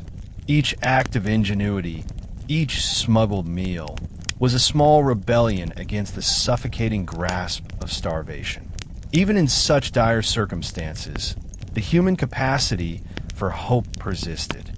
Secret kitchens were established in basements and bombed-out apartments where women cooked small quantities of soup from roots, frozen vegetables, or the occasional can of meat rescued from debris. Children were sometimes sent to safer homes along the river to escape the worst of the hunger, though many did not survive the perilous journey. Yet every day that Stalingrad's inhabitants endured, every ration stretched to its breaking point, was a silent defiance of the German strategy. Hunger had become both a weapon of the enemy and a forge for the defenders' unparalleled resilience. While starvation gripped the population, the fighting in Stalingrad itself became even more brutal, shifting from large-scale assaults to a battle over every single building, staircase, and room. The city was no longer a collection of streets and factories. It was a living, breathing battlefield, a labyrinth of ruins filled with traps, ambushes, and hidden defenders. Soldiers advanced only meter by meter, constantly wary of collapsing walls, sniper fire, and sudden attacks from basements. One street could be secured in the morning and completely lost by nightfall. Urban combat required new strategies, improvisation, and courage bordering on madness. Factories like Red October, Barricadi, and the Dzerzhinsky tractor plant became fortresses where entire platoons fought in extreme close quarters. Machine guns were mounted on broken machinery. Grenades flew through shattered windows and chimneys. Floors littered with debris became deadly obstacles where advancing troops risked tripping and exposing themselves to enemy fire. Soldiers often had to use bayonets or even fists when ammunition ran out. In some cases, the defenders dug trenches inside buildings, creating multi-level strongholds that made every attempt at assault a nightmare. Every step forward was bought with lives, sweat, and blood. Snipers continued to dominate the ruins. Men like Vasily Zaitsev became legends, striking fear into German ranks with deadly precision. They transformed ordinary rubble into hiding places, turning each collapsed wall into a sniper's nest. German soldiers learned to advance only in groups, using smoke, decoys, and zigzag movements to minimize exposure. Even then, the psychological toll was immense. The constant threat of an unseen rifleman meant that every action required calculation and courage. Soldiers slept in shifts of 10 minutes, always ready for the next attack, while civilians crouched in basements, hearing each bullet was passed as if the city itself were alive with death. This combat created a unique form of warfare that had rarely been seen before. The distinction between civilian and soldier blurred as women, children, and the elderly contributed to the defense. Civilians carried ammunition, relayed messages, and in some cases, even fought alongside soldiers. Factories, once places of production, were transformed into command centers and barricaded strongholds. The sheer resilience and adaptability of the Soviet defenders slowed the German advance, turning what was meant to be a rapid conquest into a slow, grinding war of attrition. As October turned to November, the first icy winds swept across Stalingrad. Winter in Russia is not merely cold, it is a weapon. The temperature dropped far below freezing, making survival a daily challenge even without enemy interference. Soldiers' fingers became numb before they could fire their rifles. Feet froze inside thin boots, and frostbite claimed more lives than bullets in some sectors. Water in the Volga iced over at the edges, complicating the vital supply routes that brought food, ammunition, and reinforcements into the city. Every night, frost coated rubble, turning it into a treacherous trap for anyone moving across the streets. A single misstep could mean falling into a frozen trench, breaking a leg, or worse, exposing oneself to enemy fire. The cold was both a curse and a tool. Soviet defenders adapted, layering rags, coats, and scraps of insulation, often scavenged from destroyed homes, to protect themselves. Fires were lit inside basements and bunkers, though smoke revealed positions to the enemy. German soldiers, far from home and ill-prepared for Russian winter, suffered immensely. Equipment froze. Baikla Stalyat. Even tanks struggled in the mud and ice. Morale plummeted as the once confident 6th Army realized that nature itself had become an enemy more relentless than the defenders. Yet the harsh winter also forged extraordinary human endurance. Civilians dug tunnels to connect bombed-out buildings, insulated themselves with blankets, and even hunted rats and stray dogs to supplement their diet. Soldiers shared meager rations, melted snow for drinking water, and kept each other awake through the freezing nights with songs, stories, or whispered encouragement. The city's spirit, battered by hunger, death, and endless combat, endured in ways that no enemy bombardment could destroy. By the end of November, Stalingrad had become a frozen, apocalyptic cityscape. Fires burned against the icy backdrop, creating columns of smoke that hung over shattered buildings. The sound of distant artillery echoed across empty streets, while the wind carried the cries of the wounded and the whistle of bullets. Survival was no longer just a matter of courage. It was a daily, hourly, minute-by-minute struggle. And in this frozen crucible, the stage was set for the next monumental shift in the battle. A shift that would determine the fate of the Eastern Front and, ultimately, the course of the entire war. By late November 1942, the Red Army was ready to strike back. While Stalingrad's defenders had endured starvation, relentless street fighting, and the harsh Russian winter, Soviet High Command, Stavka, had been preparing a massive operation that would change the course of the battle, Operation Uranus. This plan was audacious in every sense. The Soviets intended not just to defend the city, but to encircle and trap the entire German 6th Army, along with their Axis allies, in one of the most ambitious military maneuvers of the war. Months of planning, reconnaissance, and deception went into this operation, and its success depended on absolute coordination across hundreds of kilometers of front line. The northern and southern flanks of the German positions, primarily held by Romanian, Hungarian, and Italian troops, were vulnerable. Stavka commanders identified these weaknesses and quietly amassed thousands of men, tanks, artillery, and supplies in secret. Soviet engineers constructed concealed roads through the snowy forests, moving trucks, tanks, and artillery under thick blankets of winter camouflage. Special units trained for infiltration and sabotage were stationed in enemy rear areas. Even rail lines were repaired or extended to ensure that supplies could reach advancing Soviet formations quickly. The scale of preparation was enormous, yet it remained invisible to the German command, which believed the front lines to be stable. Deception played a crucial role. The Soviets staged feints, artillery bombardments, and fake radio transmissions to keep the Germans guessing. Fake supply depots and dummy tanks were positioned in plain sight, meant to draw enemy fire and attention while the real forces quietly amassed miles away. Soviet intelligence officers infiltrated local German and Romanian units, gathering maps, troop counts, and information about supply shortages. Every soldier knew the stakes. If the operation succeeded, it could crush the Sixth Army. If it failed, the Soviets risked catastrophic losses. The mental and physical preparation was as intense as the logistical one, as commanders drilled troops on coordinating attacks across wide fronts under freezing conditions, emphasizing speed, surprise, and relentless pressure.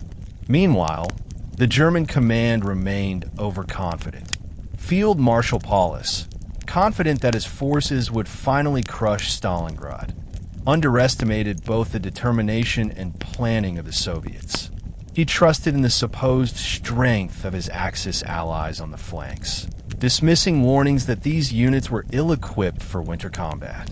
The Luftwaffe was already stretched thin, supporting the frontal assault on the city, and had little capacity to respond to unexpected mass movements of Soviet troops.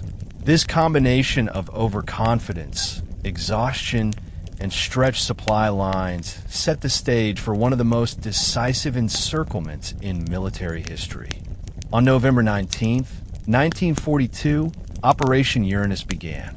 At dawn, massive Soviet artillery barges erupted across the northern and southern flanks, targeting Romanian and Hungarian divisions who were thinly spread and ill-prepared for a concentrated assault. The noise was deafening. Tens of thousands of shells screamed across the landscape, obliterating defensive positions, tearing through trenches, and creating chaos in the enemy ranks. Soviet infantry and armored units surged forward under the cover of this relentless bombardment, moving with terrifying coordination and speed. Every defensive weak point was exploited with precision, as the Soviets struck simultaneously from multiple directions. Romanian units, tasked with holding vast stretches of front, were quickly overwhelmed. Many positions collapsed in hours, leaving entire sectors vulnerable.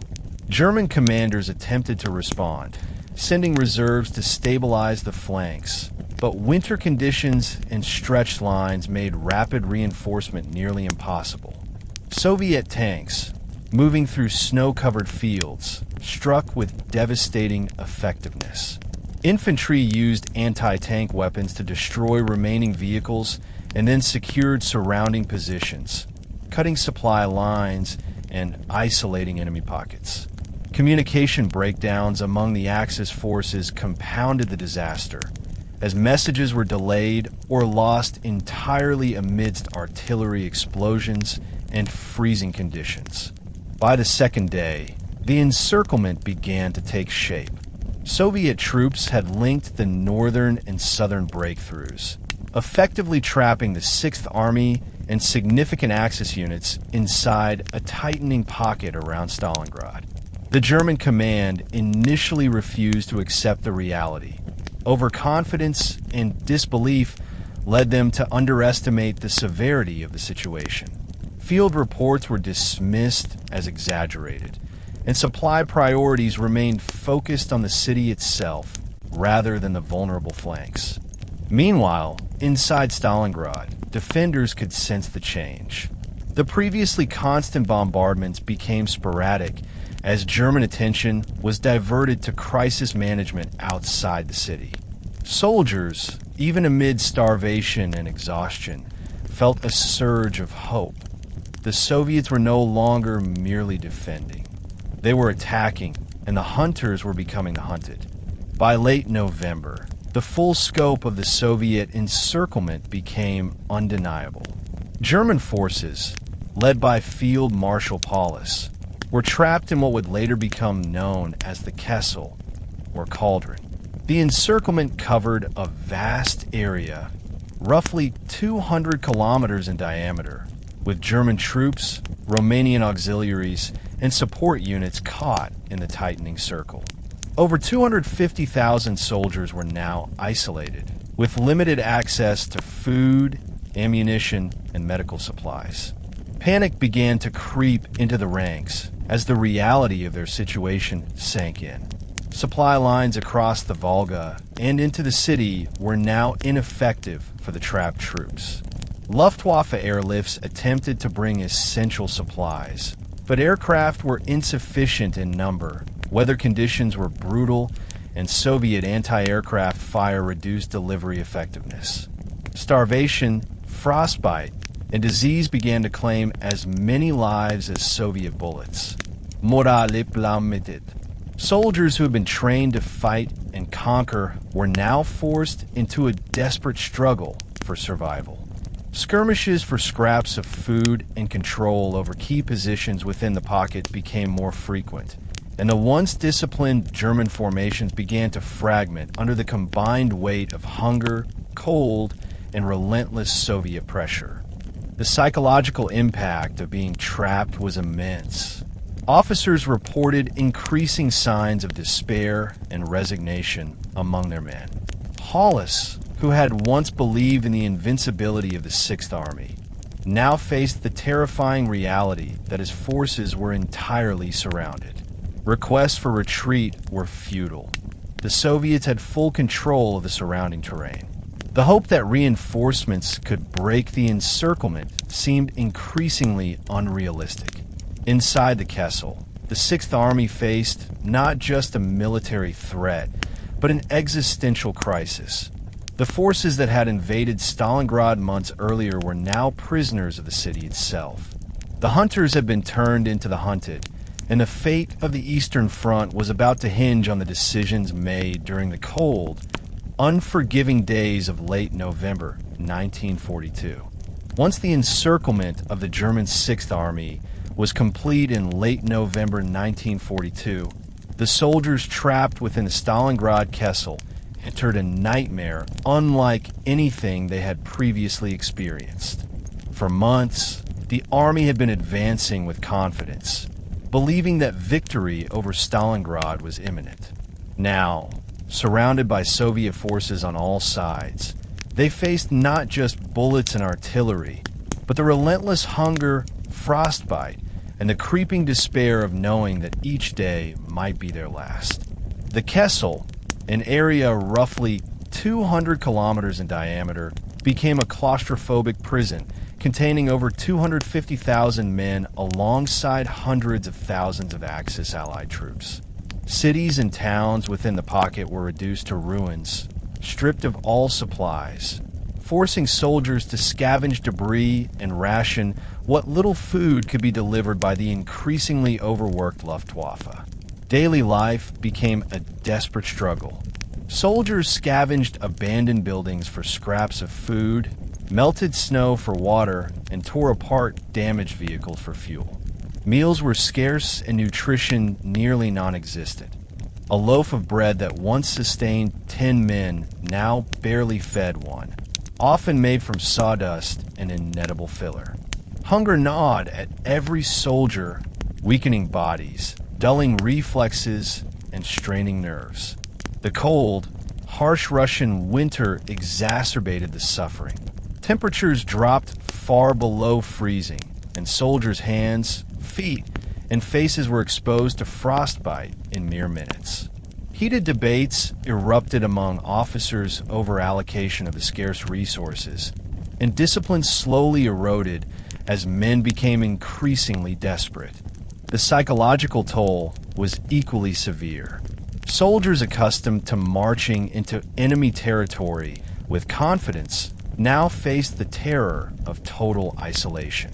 Letters from home became rare treasures, and rumors of reinforcements or a breakout only increased frustration when they failed to materialize. Starvation, sickness, and constant Soviet artillery attacks created an environment of near-constant stress, with men living in fear of sudden death from snipers, bombings, or artillery barges. In many ways, the soldiers were fighting two battles simultaneously, against the enemy surrounding them and against the brutal, internal struggle to maintain hope and sanity in the face of near-certain death. The encirclement did more than threaten physical survival. It shattered the morale and cohesion of the Sixth Army. Generals and officers struggled to maintain discipline as men began to understand the true gravity of their situation. Letters and reports from units at the front described the steady erosion of willpower. Some men, driven by hunger and fear, deserted or mutinied. Others became violent towards comrades in disputes over food, fuel, or sleeping arrangements. The bond that once held the army together, a mixture of training, confidence, and shared purpose, was dissolving under the weight of prolonged isolation. Field Marshal Paulus faced a dilemma of command. On one hand, any attempt to break the encirclement would likely have resulted in catastrophic losses given the strength of Soviet positions. On the other hand, maintaining the position inside the Kessel demanded impossible endurance. Paulus issued orders for rationing, redistribution of supplies, and consolidation of units, but execution was hampered by chaos and confusion. Communication with rear units was limited, and Luftwaffe airlifts, while heroic, were insufficient to deliver enough food, ammunition, or medical supplies. Every day brought new cases of frostbite, disease, and malnutrition-related deaths, slowly decimating the army without a single shot being fired. Tensions also rose among Axis allies, particularly the Romanian, Hungarian, and Italian units that flanked the Sixth Army. Many of these troops were ill-equipped for winter combat, poorly trained, and demoralized by the overwhelming Soviet counteroffensive. Coordination broke down as the German command attempted to enforce strict discipline. The cultural and language differences, combined with exhaustion and fear, further strained relationships. In this crucible of suffering, small disagreements sometimes escalated into violent clashes, leaving officers struggling to maintain control over units that were rapidly losing their fighting capability. The psychological unraveling of the trapped army mirrored the physical deterioration of its soldiers, both heading toward collapse. By early December 1942, starvation had reached catastrophic levels within the Stalingrad pocket. Rations were cut to near starvation levels, with many soldiers surviving on barely a single kilogram of bread per day. The Luftwaffe attempted to sustain the trapped forces through airlifts, but extreme weather, Soviet anti-aircraft fire, and limited aircraft capacity meant that deliveries were irregular, insufficient, and often destroyed before reaching intended units. Food dropped from planes, sometimes landed in contested zones or on frozen terrain where retrieval was impossible, turning heroic efforts into futile gestures. Medical conditions worsened alongside starvation. The wounded, already vulnerable, faced death from exposure, infection, and lack of nourishment. Diseases like typhus, dysentery, and respiratory infections spread rapidly through crowded bunkers and collapsed buildings. Soldiers who survived combat now had to battle their own weakening bodies.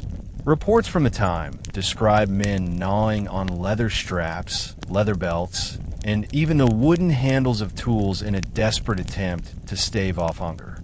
Accounts of cannibalism, while rare, were documented, illustrating the extreme measures that desperation forced on the human psyche.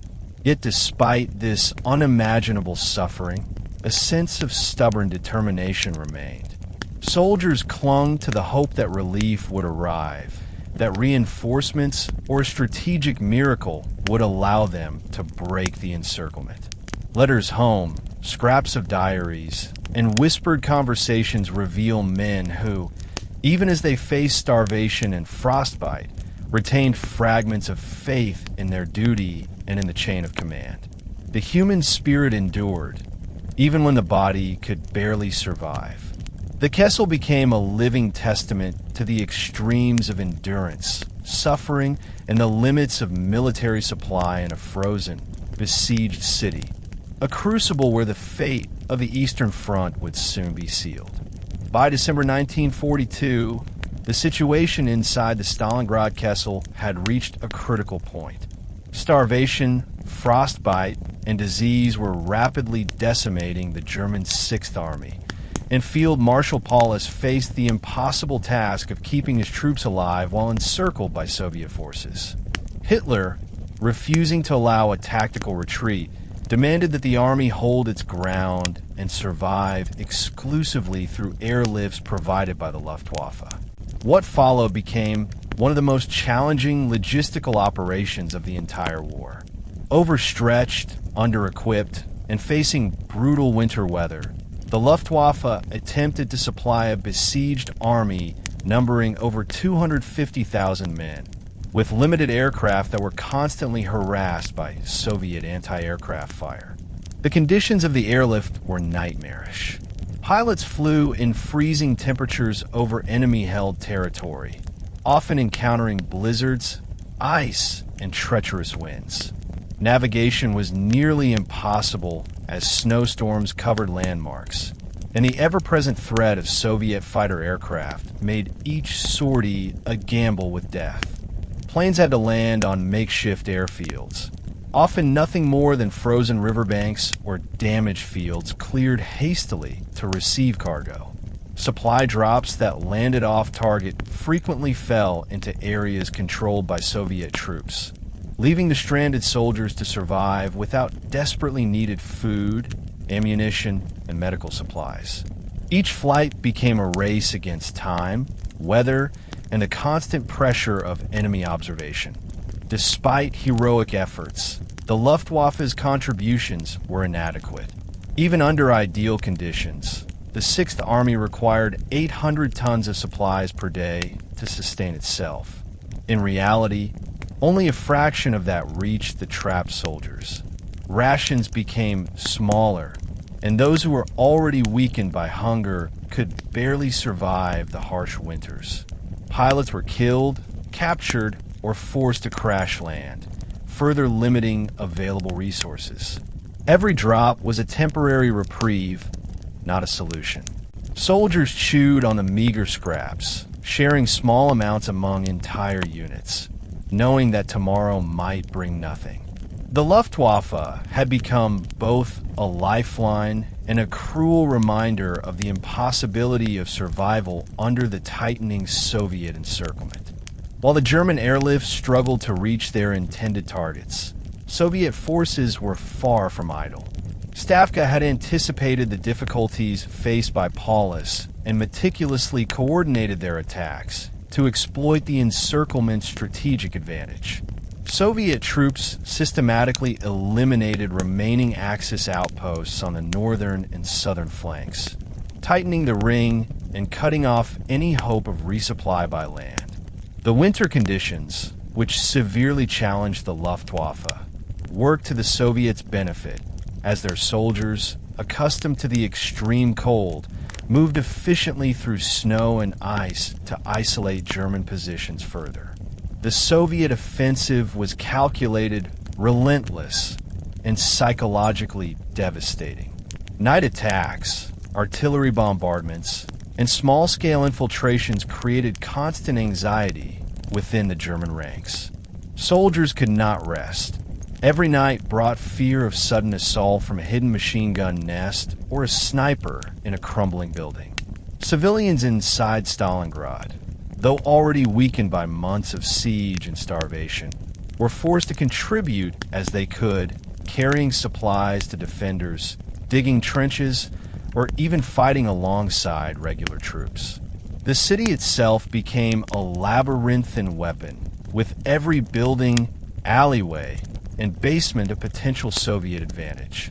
The psychological strain on the Sixth Army was immense. Trapped, constantly attacked, and slowly starving, morale began to crumble at an almost imperceptible yet accelerating pace. Hollis, trapped in the cauldron of his own hubris and Hitler's impossible orders, faced constant pressure to maintain the illusion of control. Officers attempted to organize relief parties, redistribute rations, and enforce discipline, but every day brought further chaos. Soviet artillery struck supply dumps, roads, and communication lines. Trucks meant to bring ammunition or food were destroyed or immobilized by ice and snow. Soldiers faced starvation not just because supplies were scarce, but because the Soviets were actively cutting off every lifeline. Every hour, the encirclement grew tighter, the Sixth Army's survival more precarious, and the inevitability of collapse loomed closer. By mid-December, the effects of encirclement and airlift failure were fully visible. Soldiers suffered from extreme malnutrition, frostbite, and disease at unprecedented levels. Daily rations had dwindled to a few hundred calories, insufficient to sustain life. Men scavenged anything edible: horse meat, leather, sawdust-filled bread, and in the most extreme cases, even the bodies of the dead. Starvation and frostbite killed thousands more than combat during this period.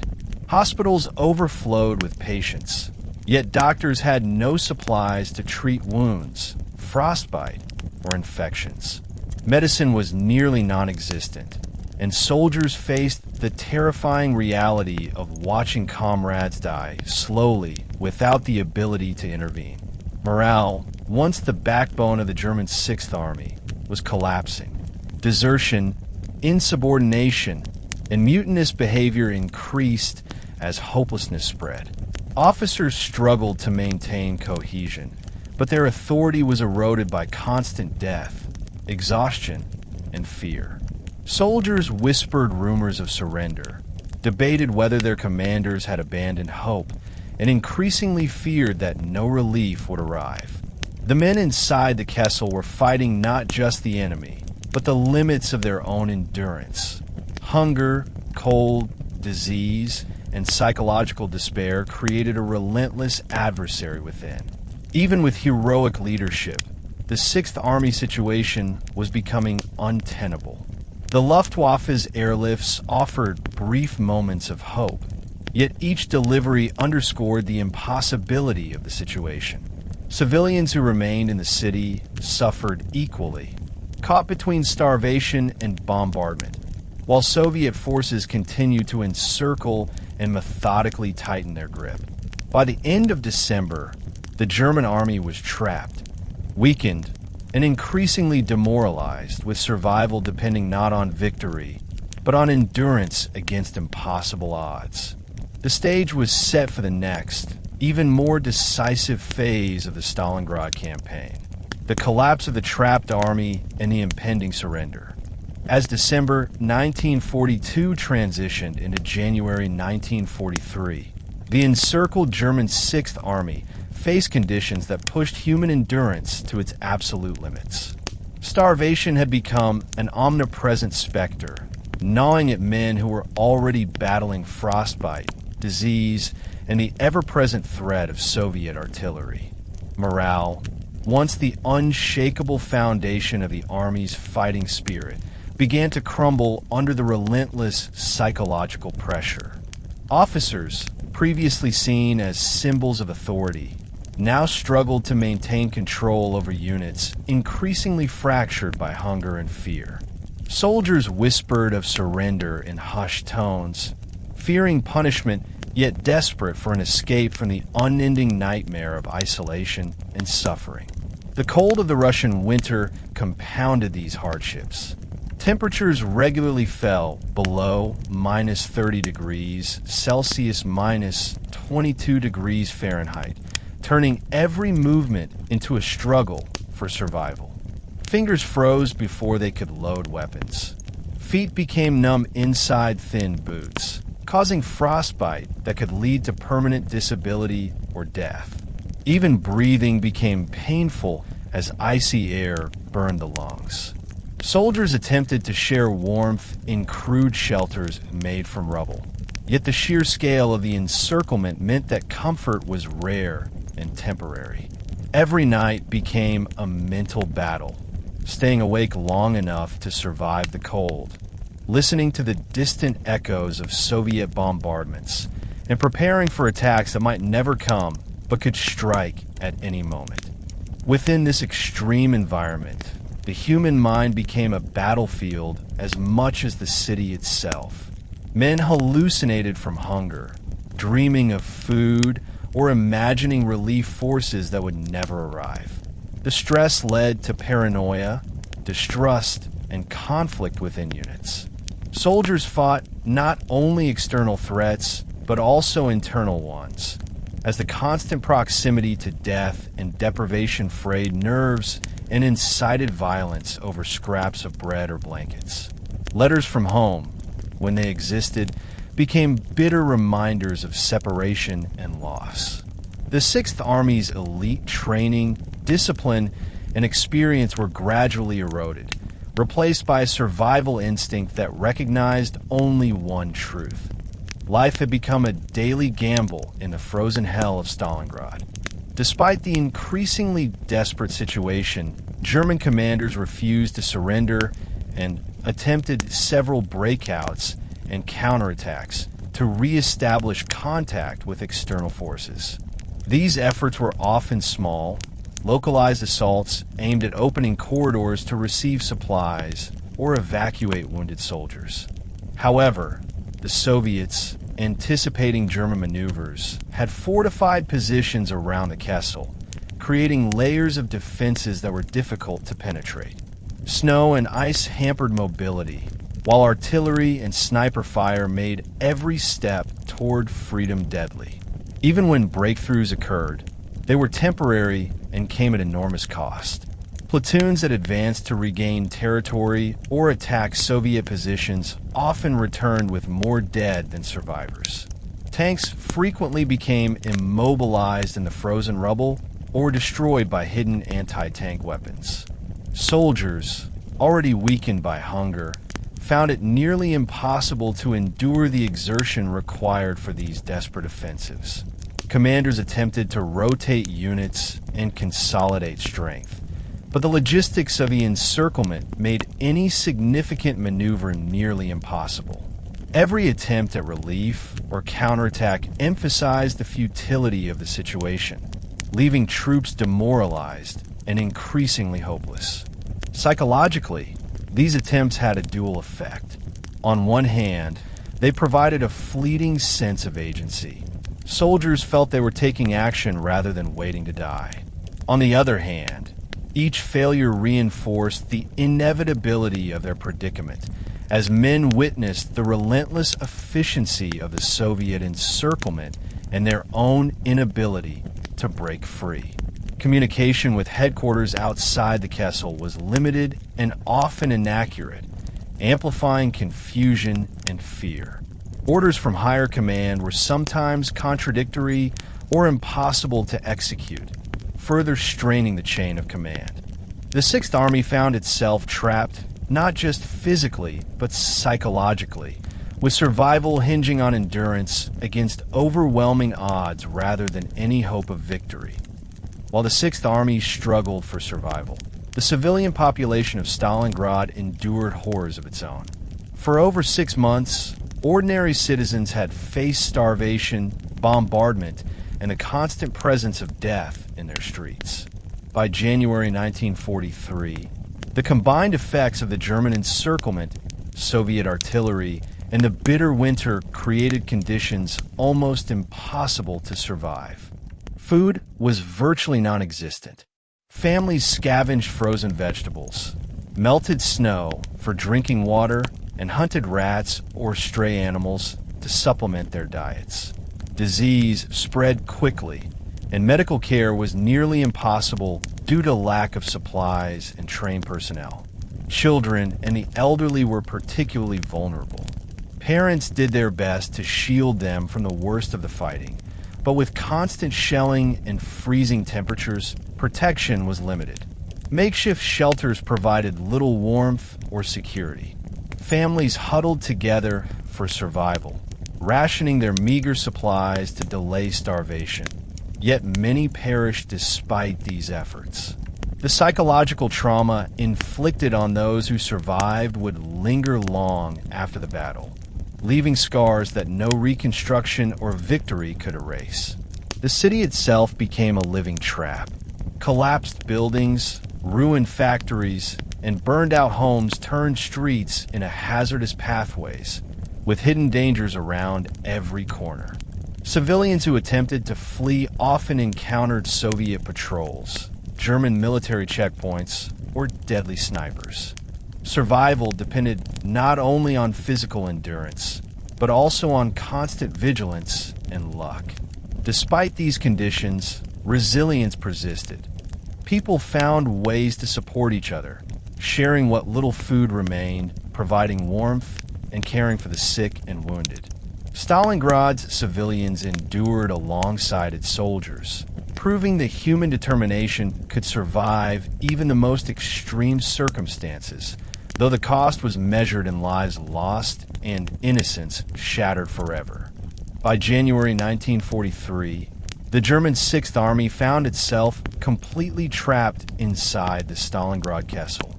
The Soviet forces had successfully sealed all land routes, and winter weather had made movement outside the pocket nearly impossible. The once confident German soldiers who had marched into Stalingrad believing in victory and superiority were now prisoners of circumstance, caught in a tightening grip of starvation, cold, and relentless artillery.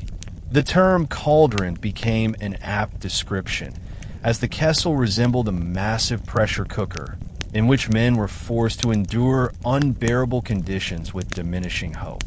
Each day was a struggle for survival, where death came as much from hunger, frostbite, and disease as from enemy fire. The Luftwaffe continued its heroic but inadequate airlift operations. Planes flew daily sorties to deliver supplies, often in freezing conditions and under heavy Soviet fire. While these flights brought temporary relief, they were insufficient to sustain an army that required hundreds of tons of food per day. Much of the cargo dropped from the air fell into Soviet-controlled areas or was lost on frozen rivers and snow-covered fields. Even when supplies reached German positions, rations were meager, forcing soldiers to survive on the equivalent of a single slice of bread per meal. Malnutrition and starvation became universal. Frostbite claimed thousands of fingers, toes, and limbs, while diseases like dysentery, typhus, and pneumonia ran rampant in crowded, freezing shelters. The Kessel itself became a fragmented, chaotic landscape. Buildings reduced to rubble became battlegrounds for survival. Streets were littered with debris, corpses, and abandoned equipment. The once structured military hierarchy began to break down as soldiers prioritized personal survival over orders. Officers attempted to maintain discipline, but starvation and exhaustion undermined all authority. Panic and despair were everywhere. Soldiers fought over scraps, abandoned posts, and even heated arguments over sleeping spots escalated into deadly confrontations. The encirclement was no longer a military situation. It had become a crucible testing the absolute limits of human endurance and willpower. Within the cauldron, the combined effects of starvation, disease, and extreme cold eroded the Sixth Army's cohesion. Soldiers survived on desperate measures, consuming leather, glue, and horse meat. Nutritional deficiencies caused severe physical deterioration. Muscles wasted away, teeth fell out, and cognitive function declined. Frostbite and gangrene became routine killers, with men forced to amputate their own fingers or toes to survive. Thousands were bedridden, too weak to fight or even feed themselves. The hospitals, makeshift and overcrowded, could do little for the injured or ill. Every day brought new deaths that were often ignored in the struggle to prioritize feeding the remaining troops. Morale collapsed in tandem with the body. Soldiers who had once marched confidently into battle now whispered about surrender, refused to follow orders, or outright mutinied. Officers attempted to enforce discipline through fear and threat, but the hierarchy was being dismantled by desperation. Rumors of relief or breakout plans circulated, only to be dashed by the brutal reality of Soviet positions and extreme weather.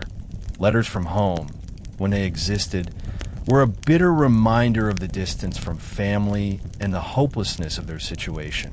Psychological stress manifested in hallucinations, violence, and total apathy, leaving commanders struggling to maintain even the most basic cohesion. Within the Kessel, the Axis allies, Romanian, Hungarian, and Italian troops, were in even worse condition. Poorly equipped for winter combat and poorly fed, their units disintegrated under pressure. Many were captured by advancing Soviet patrols when attempting to flee or secure supplies. Coordination between German and Allied units became nearly impossible, and mistrust flourished.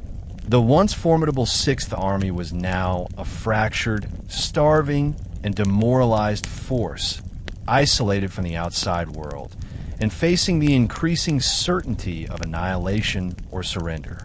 While soldiers suffered inside the Kessel, the civilians of Stalingrad endured a parallel nightmare. The city had been reduced to ruins by months of bombardment and urban combat. Civilian homes, schools, and hospitals were destroyed or repurposed as military positions. Winter intensified the suffering. Snow and ice made movement treacherous, while temperatures dropped to extremes that even hardened soldiers struggled to endure. Food was virtually non-existent.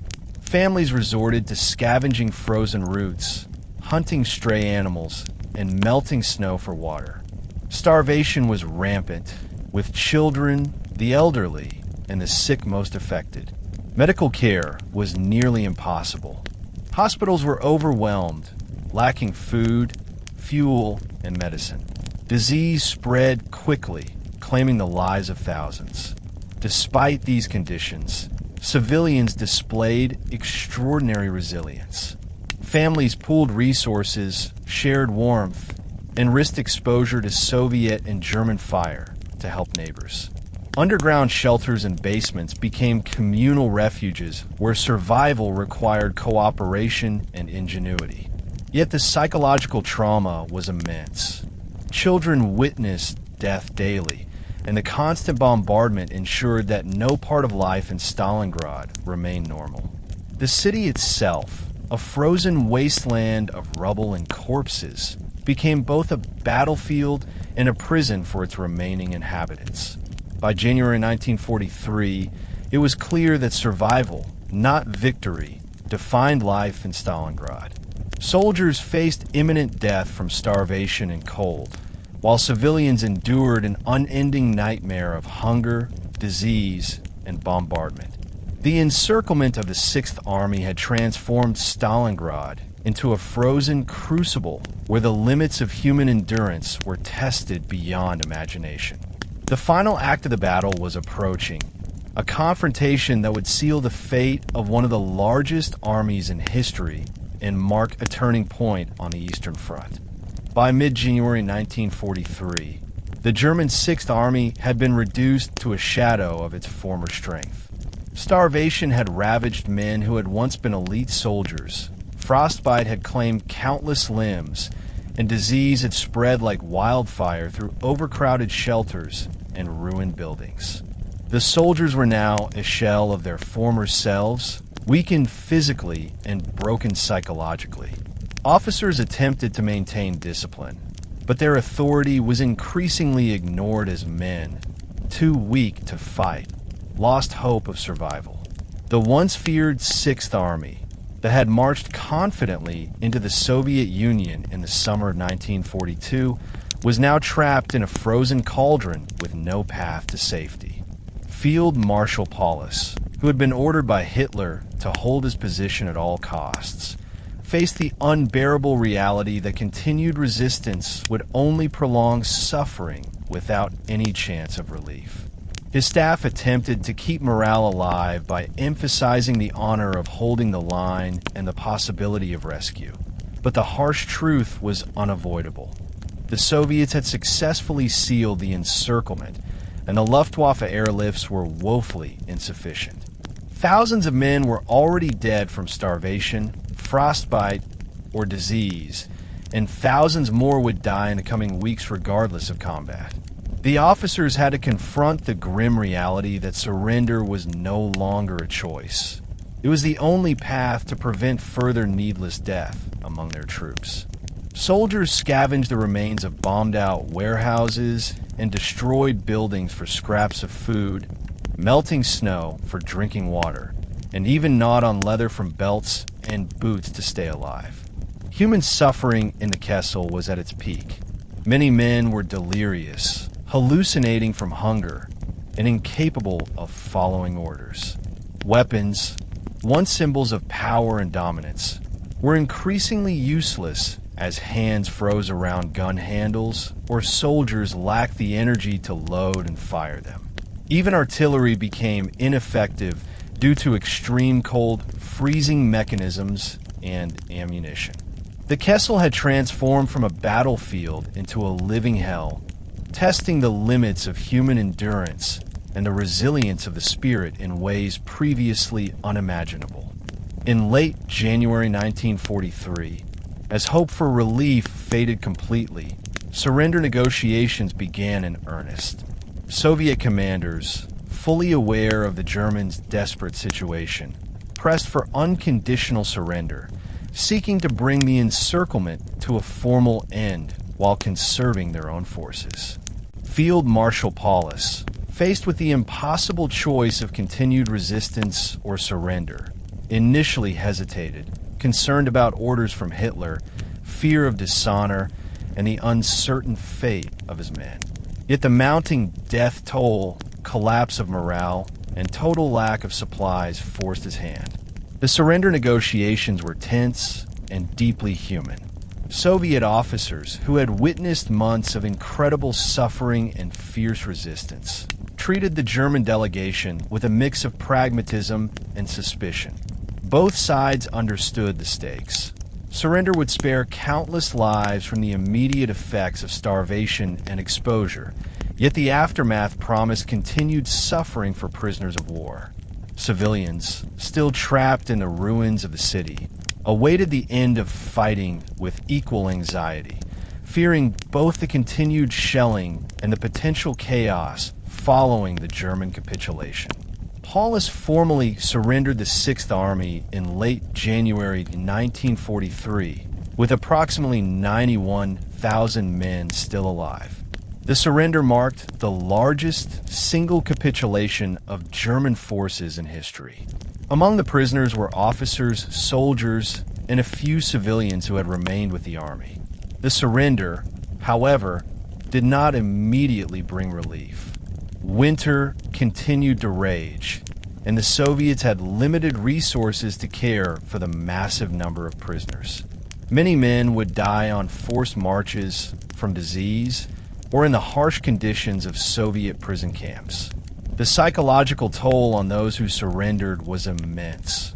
Humiliation, despair, and the grim realization of having survived Stalingrad only to face a new struggle in captivity. The aftermath of Stalingrad was a catastrophe for both soldiers and civilians. For the German Sixth Army, survival in captivity was grim. Of the 91,000 men who surrendered, the majority would die in Soviet prison camps over the next few years from starvation, exposure, and disease. Officers were often separated and imprisoned under harsh conditions, while ordinary soldiers faced forced labor, inadequate food, and brutal weather. The few who survived the ordeal returned home years later, physically broken, psychologically scarred, and forever changed by the experience. The surrender of the Sixth Army symbolized not only a military defeat, but a profound human tragedy, underscoring the immense cost of Hitler's rigid orders and strategic hubris. For Stalingrad itself, the city lay in ruins. More than 90% of buildings had been destroyed. Streets were littered with rubble, corpses, and unexploded ordnance. Civilians who survived faced the daunting task of rebuilding their lives amidst the devastation.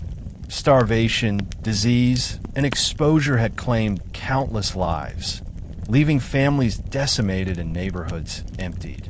Yet, despite the horrors endured, the city's spirit remained unbroken. Survivors returned to clear debris, restore basic infrastructure, and rebuild homes. Factories and industrial centers, though heavily damaged, were eventually repaired, forming the backbone of post-war recovery. The city became a symbol of Soviet resilience, heroism, and the costs of war on both combatants and civilians. The Battle of Stalingrad's legacy extended far beyond immediate destruction. It marked the first major, decisive defeat for Hitler's army on the Eastern Front and demonstrated the effectiveness of Soviet strategy, coordination, and endurance. The psychological blow to the German military was enormous, reshaping Hitler's approach to warfare for the remainder of the conflict. For soldiers, civilians, and the world, Stalingrad became a testament to the extremes of human suffering, courage, and resilience in the face of unimaginable adversity. Its story continues to resonate as one of the most harrowing and transformative episodes of the Second World War. After the surrender of the German Sixth Army in February 1943, Stalingrad lay in ruins. The once bustling industrial city along the Volga River had been almost entirely destroyed by months of relentless urban warfare, artillery bombardment, and aerial attacks. Factories were obliterated, homes reduced to rubble, and streets littered with debris, abandoned vehicles, and the remnants of destroyed fortifications. The scale of destruction was staggering. Over 90% of the city had been leveled, leaving its surviving civilians in a landscape that resembled a frozen wasteland. The physical devastation mirrored the psychological toll on those who survived. Families were shattered, communities erased, and the city's population had been decimated by starvation, disease, and the horrors of combat. Despite this overwhelming destruction, the Soviet government quickly began planning the reconstruction of Stalingrad. The city was not only a symbol of Soviet resilience, but also a key industrial hub essential to the ongoing war effort. Engineers, laborers, and returning civilians were mobilized to clear rubble, repair basic infrastructure, and rebuild homes and factories. Reconstruction was grueling and fraught with challenges. Harsh winter conditions, lack of materials, and the constant threat of lingering unexploded ordnance complicated the process.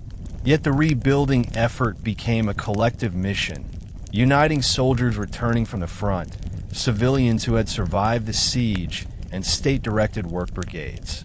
Every cleared street, repaired building, and functional factory became a testament to human endurance and determination.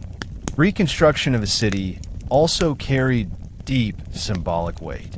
Stalingrad had become an icon of Soviet strength and heroism. The preservation of the city's identity, despite near-total destruction, was paramount. Monuments were erected to honor those who had fallen, and state propaganda highlighted the city as a symbol of resistance against Nazi aggression. Schools, factories, and public buildings were rebuilt with both practical and commemorative intent, ensuring that Stalingrad's story of suffering, sacrifice, and resilience would be remembered for generations. In the midst of this rebuilding, the city's population began to return, finding ways to carve out life amidst ruins, heal from trauma, and restore the essence of a community decimated by war. The Soviet Union recognized the extraordinary human cost and heroic defense of Stalingrad as an event that demanded remembrance. Commemoration efforts began even before the city was fully rebuilt. Monuments, memorials, and plaques were erected to honor the soldiers of the Red Army, civilians who endured the siege, and partisan fighters who had resisted the German advance. Stories of heroism were carefully documented, preserved, and publicized to serve as both historical record and inspiration for continued resistance against the Axis powers. Newspapers, films, and literature celebrated acts of bravery in the face of starvation, frostbite, and relentless combat. The narrative of Stalingrad became inseparable from Soviet identity, illustrating the nation's capacity to endure unimaginable hardship and emerge victorious. Schools and educational programs were also mobilized to instill the memory of the battle in younger generations. Children learned about the sacrifices made by soldiers and civilians alike, with lessons emphasizing resilience, patriotism, and unity. War memorials were strategically placed in public spaces, often accompanied by inscriptions highlighting the courage and suffering that had defined Stalingrad. The city itself became a living museum. Streets, ruins, and rebuilt buildings served as tangible reminders of what had been endured. Veterans of the battle returned to participate in commemorative ceremonies, sharing first-hand accounts of the freezing winters, starvation, and relentless urban warfare that had defined the Kessel. Stalingrad's legacy extended beyond memory and commemoration. It shaped Soviet military doctrine and strategy, emphasizing the importance of resilience, urban combat preparation, and coordination across vast fronts. Internationally, the battle became a symbol of the turning tide against Nazi Germany, demonstrating that even the most formidable armies could be defeated through strategy, endurance, and determination. The story of Stalingrad, preserved through monuments, literature, and oral histories, became a cornerstone of Soviet identity, illustrating the capacity of ordinary humans to confront extraordinary adversity and emerge victorious in the most dire circumstances. The aftermath of Stalingrad had profound strategic implications for the Second World War.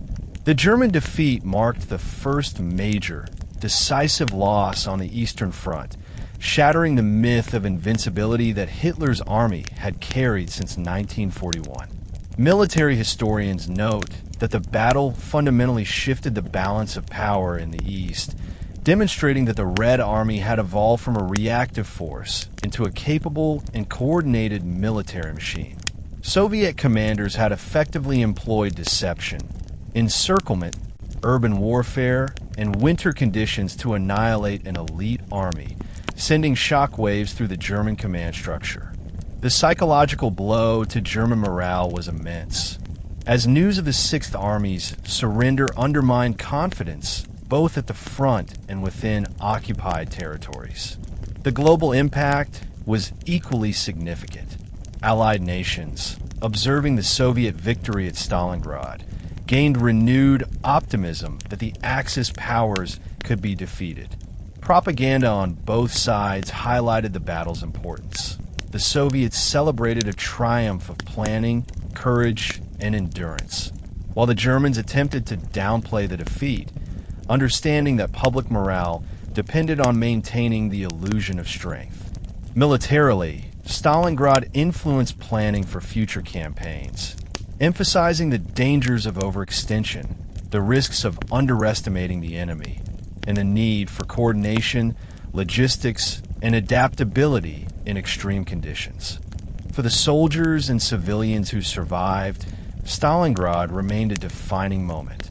It was not merely a victory of tactics or strategy, but a testament to human resilience in the face of almost unimaginable suffering. The city's reconstruction, its memorialization, and its symbolic role in Soviet history all underscored a universal truth: that even in the depths of destruction, human determination and collective effort could restore life, rebuild communities, and preserve the memory of courage and sacrifice. Stalingrad's story would become an enduring lesson in the cost of war, the limits of human endurance, and the capacity for both suffering and heroism to coexist in the crucible of history. Following the surrender of the German Sixth Army in February 1943, the Red Army undertook a massive consolidation of Stalingrad and surrounding territories to secure their victory and prevent any German counterattack. The city itself, while physically destroyed, became a hub of military, logistical, and symbolic significance. Soviet commanders prioritized the repair of key infrastructure, establishing supply lines that would allow reinforcements, provisions, and medical aid to flow to the surviving troops and civilians. Temporary barracks and field hospitals were set up in the ruins of factories and warehouses, while engineers worked tirelessly to clear debris from streets to allow movement of military vehicles and essential equipment. The consolidation was more than a logistical effort. It was also a psychological and strategic operation. Soviet leaders understood that the defeat of the Sixth Army provided an unprecedented boost to morale, not only among their troops, but across the entire Eastern Front. Soldiers were encouraged to hold Stalingrad as a symbol of resilience and capability, demonstrating that the Red Army could successfully encircle and destroy an elite German force. Veterans of the battle shared first-hand accounts, emphasizing the importance of coordination, discipline, and tenacity in urban warfare. Officers conducted debriefings to extract lessons about troop movements, supply logistics, and civilian integration during prolonged battles, ensuring that the hard-won knowledge from Stalingrad would inform future operations across the front. At the same time, the Soviet command faced challenges of governance and reconstruction. With the German forces entirely expelled, the region was left with a population traumatized by months of siege, starvation, and urban combat. Civilians, including women and children, had survived under conditions of extreme deprivation, and many had lost family members, homes, and livelihoods. The Red Army, alongside local authorities, initiated programs to restore order, distribute food and medical aid, and begin the daunting task of rebuilding the city's essential infrastructure. Schools, factories, and public buildings were prioritized, both to reestablish the functional life of Stalingrad and to reinforce the symbolic victory of Soviet resilience and strategic acumen. Stalingrad offered the Red Army a series of strategic lessons that would profoundly influence the remainder of the Eastern Front campaign. First, it demonstrated the effectiveness of encirclement and combined arms operations, integrating infantry, artillery, armor, and air support to trap and neutralize a superior enemy force. Soviet planners studied the timing, coordination, and deceptive maneuvers that had allowed them to lure the Germans into the Kessel, identifying methods that could be replicated in future engagements. The battle emphasized the critical importance of logistics and supply lines in sustaining both offensive and defensive operations, particularly in extreme winter conditions that historically favored the defenders. Second, Stalingrad showcased the value of urban warfare tactics, particularly in environments where conventional battlefield superiority is neutralized by dense city structures. Soviet forces adapted to fighting in buildings, sewers, and rubble-strewn streets. mastering small unit operations, sniper deployment, and ambush techniques. Commanders emphasized the psychological dimension of urban combat, understanding that attrition and demoralization could be as decisive as physical destruction. These lessons were quickly disseminated throughout the Red Army, influencing training programs and operational planning for subsequent offensives, including the campaigns in Kursk, Kharkov, and the eventual push toward Eastern Europe and Germany.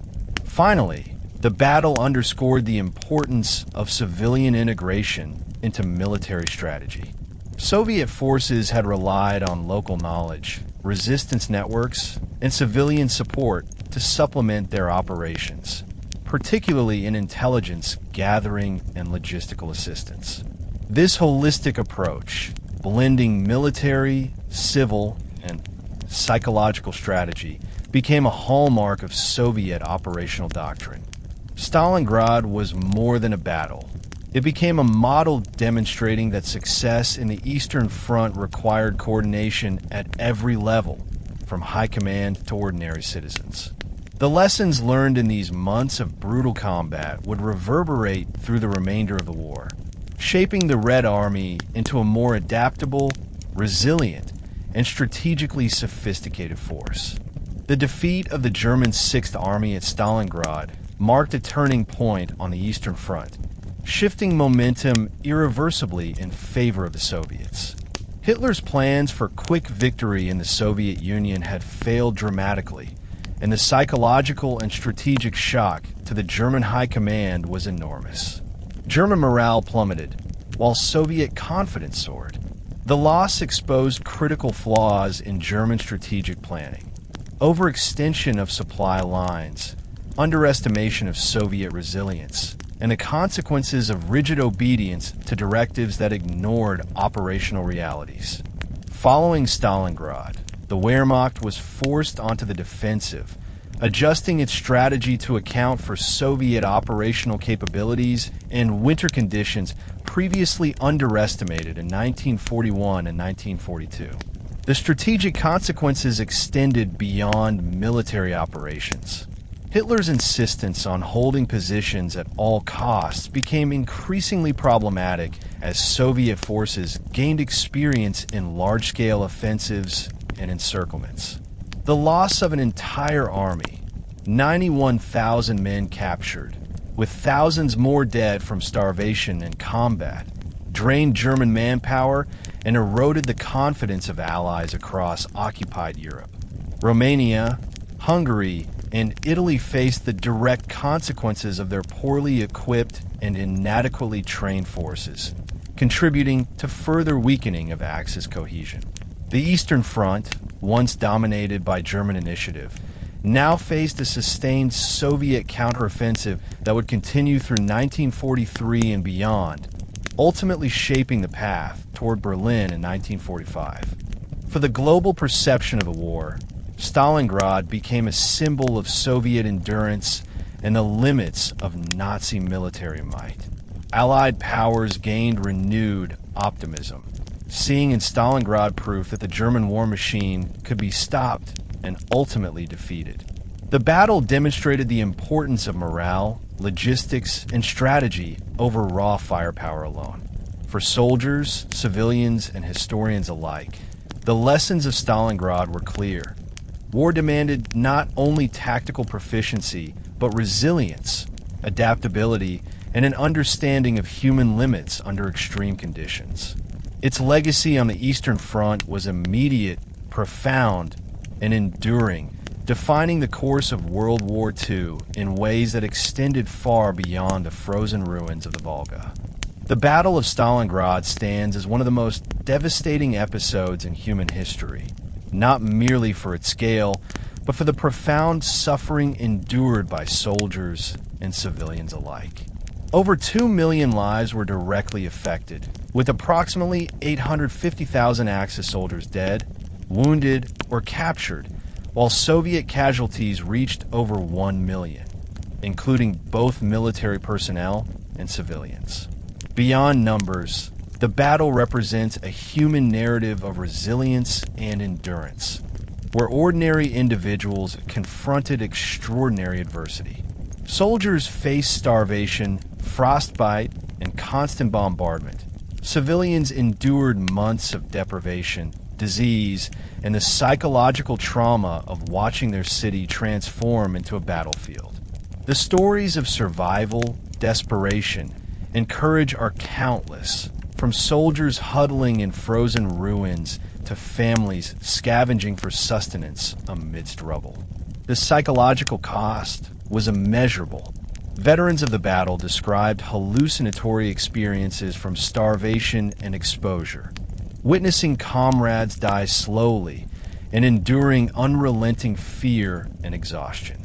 For the civilians, the trauma was compounded by displacement, loss of family members, and the destruction of homes. Yet within this extreme suffering emerged stories of extraordinary courage. Individuals risking their lives to carry food or water to others. Medics working without supplies to treat frostbite and wounds.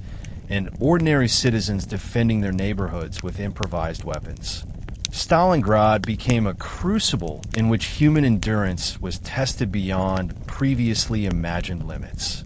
The battle's horrors served as a reminder of war's devastating impact on the human spirit and body, emphasizing that victory and loss are inseparable from human suffering. The human cost of Stalingrad also prompted reflection on the nature of command, strategy, and leadership. German commanders, bound by Hitler's rigid orders, were forced into situations where survival was impossible, highlighting the consequences of inflexible military directives. Soviet leadership demonstrated the integration of strategy, logistics, and human will, proving that a combination of tactical acumen and resilience could decisively shape outcomes. The battle, therefore, serves not only as a historical event, but as a lens through which the extreme consequences of human decisions in war can be examined. Stalingrad's story is simultaneously one of tragedy and testament, demonstrating that even amid unimaginable loss, endurance, courage, and human spirit remain central to the narrative of survival. Beyond its human toll, Stalingrad occupies a unique position in global history as a symbol of resilience, strategic mastery, and the turning point of World War II on the Eastern Front. For the Soviet Union, the victory represented more than military success. It became a source of national pride, propaganda, and collective identity. The destruction of an elite German army reinforced the narrative of Soviet strength, endurance, and unity. It inspired not only those on the front lines, but also civilians and partisans across the nation, demonstrating that coordinated strategy, resilience, and sacrifice could overcome seemingly insurmountable obstacles. The victory instilled hope, a sense of inevitability of German defeat, and a psychological boost that shaped the course of subsequent Soviet campaigns across the Eastern Front. Internationally, Stalingrad sent shockwaves through Axis powers and Allied observers alike. The defeat shattered the myth of German invincibility, exposing strategic vulnerabilities, logistical errors, and the limitations of overextension. Allied forces found renewed confidence that the tide of war could shift decisively, while Axis forces were forced to reconsider their approach to the Eastern Front. The symbolic and strategic importance of Stalingrad became intertwined. It was no longer merely a battle, but a narrative of human endurance, tactical brilliance, and historical consequence. Stalingrad demonstrated the combined effect of human will, military innovation, and environmental conditions, proving that even the most powerful armies could be decisively defeated when strategy and resilience intersected. Stalingrad's symbolism endured long after the war. Monuments, museums, and memorials across Russia and the world commemorate the sacrifices and heroism of those who fought. Literature, film, and oral histories preserve the memory of the battle, ensuring that its lessons and its human stories would remain accessible to future generations. The city itself, reconstructed and thriving, stands as a living monument to survival, resilience, and the transformative power of collective action in the face of adversity. Stalingrad became a touchstone for understanding both the costs and the possibilities of human endeavor during times of profound crisis. The legacy of Stalingrad extends beyond military history into lessons about humanity, resilience, and the ethical dimensions of warfare. Strategically, it underscores the critical importance of logistics, intelligence, and adaptive planning, illustrating how overconfidence and rigid adherence to flawed strategies can result in catastrophic defeat. Psychologically, it highlights the limits of endurance, revealing how extreme deprivation, stress, and isolation can shape behavior, morale, and decision-making. Civilians and soldiers alike demonstrated remarkable adaptability and courage, suggesting that the human capacity to survive is vast, yet fragile when confronted with sustained adversity. Modern memory of Stalingrad emphasizes the need to preserve history not merely as a sequence of events, but as a repository of human experience. The battle teaches the importance of examining the intersection of leadership decisions, human suffering, and strategic outcomes. For historians, military strategists, and the general public, Stalingrad serves as a cautionary tale about hubris, overreach, and the unforeseen consequences of war. Its enduring presence in literature, film, museums, and oral histories ensures that the lessons learned continue to inform contemporary understanding of conflict, resilience, and the human spirit. Finally, Stalingrad remains a universal symbol of courage, endurance, and the cost of war. The city, rebuilt yet scarred by memory, embodies the paradox of destruction and renewal. The soldiers, civilians, and commanders who survived left an indelible mark on history, their experiences providing insight into both the horrors of war and the extraordinary capacity for survival. As a turning point on the Eastern Front, a symbol of human resilience, and a source of historical reflection, Stalingrad's story continues to resonate, reminding humanity of the stakes of war and the enduring power of human will in the face of overwhelming adversity. Its legacy endures, not merely in monuments or statistics, but in the shared memory of human courage and the lessons of endurance in the crucible of history. And that brings us to the end of today's journey through the frozen streets of Stalingrad. We witnessed a battle where human endurance was tested beyond imagination, where civilians and soldiers alike faced starvation, disease, and relentless bombardment, and where courage and resilience became the ultimate weapons. The moral of this story is clear. History is not only about strategies and victories, but also about the human spirit, the strength, sacrifice, and determination that can rise even in the darkest moments. If you found this journey into the past gripping, make sure to subscribe to History Teller YT and hit the notification bell so you don't miss our next deep dive into history's most fascinating and unforgettable stories. Join us again as we explore the events, people, and lessons that shaped our world. Until then, remember, history isn't just about the past. It's a story that teaches us how to face the future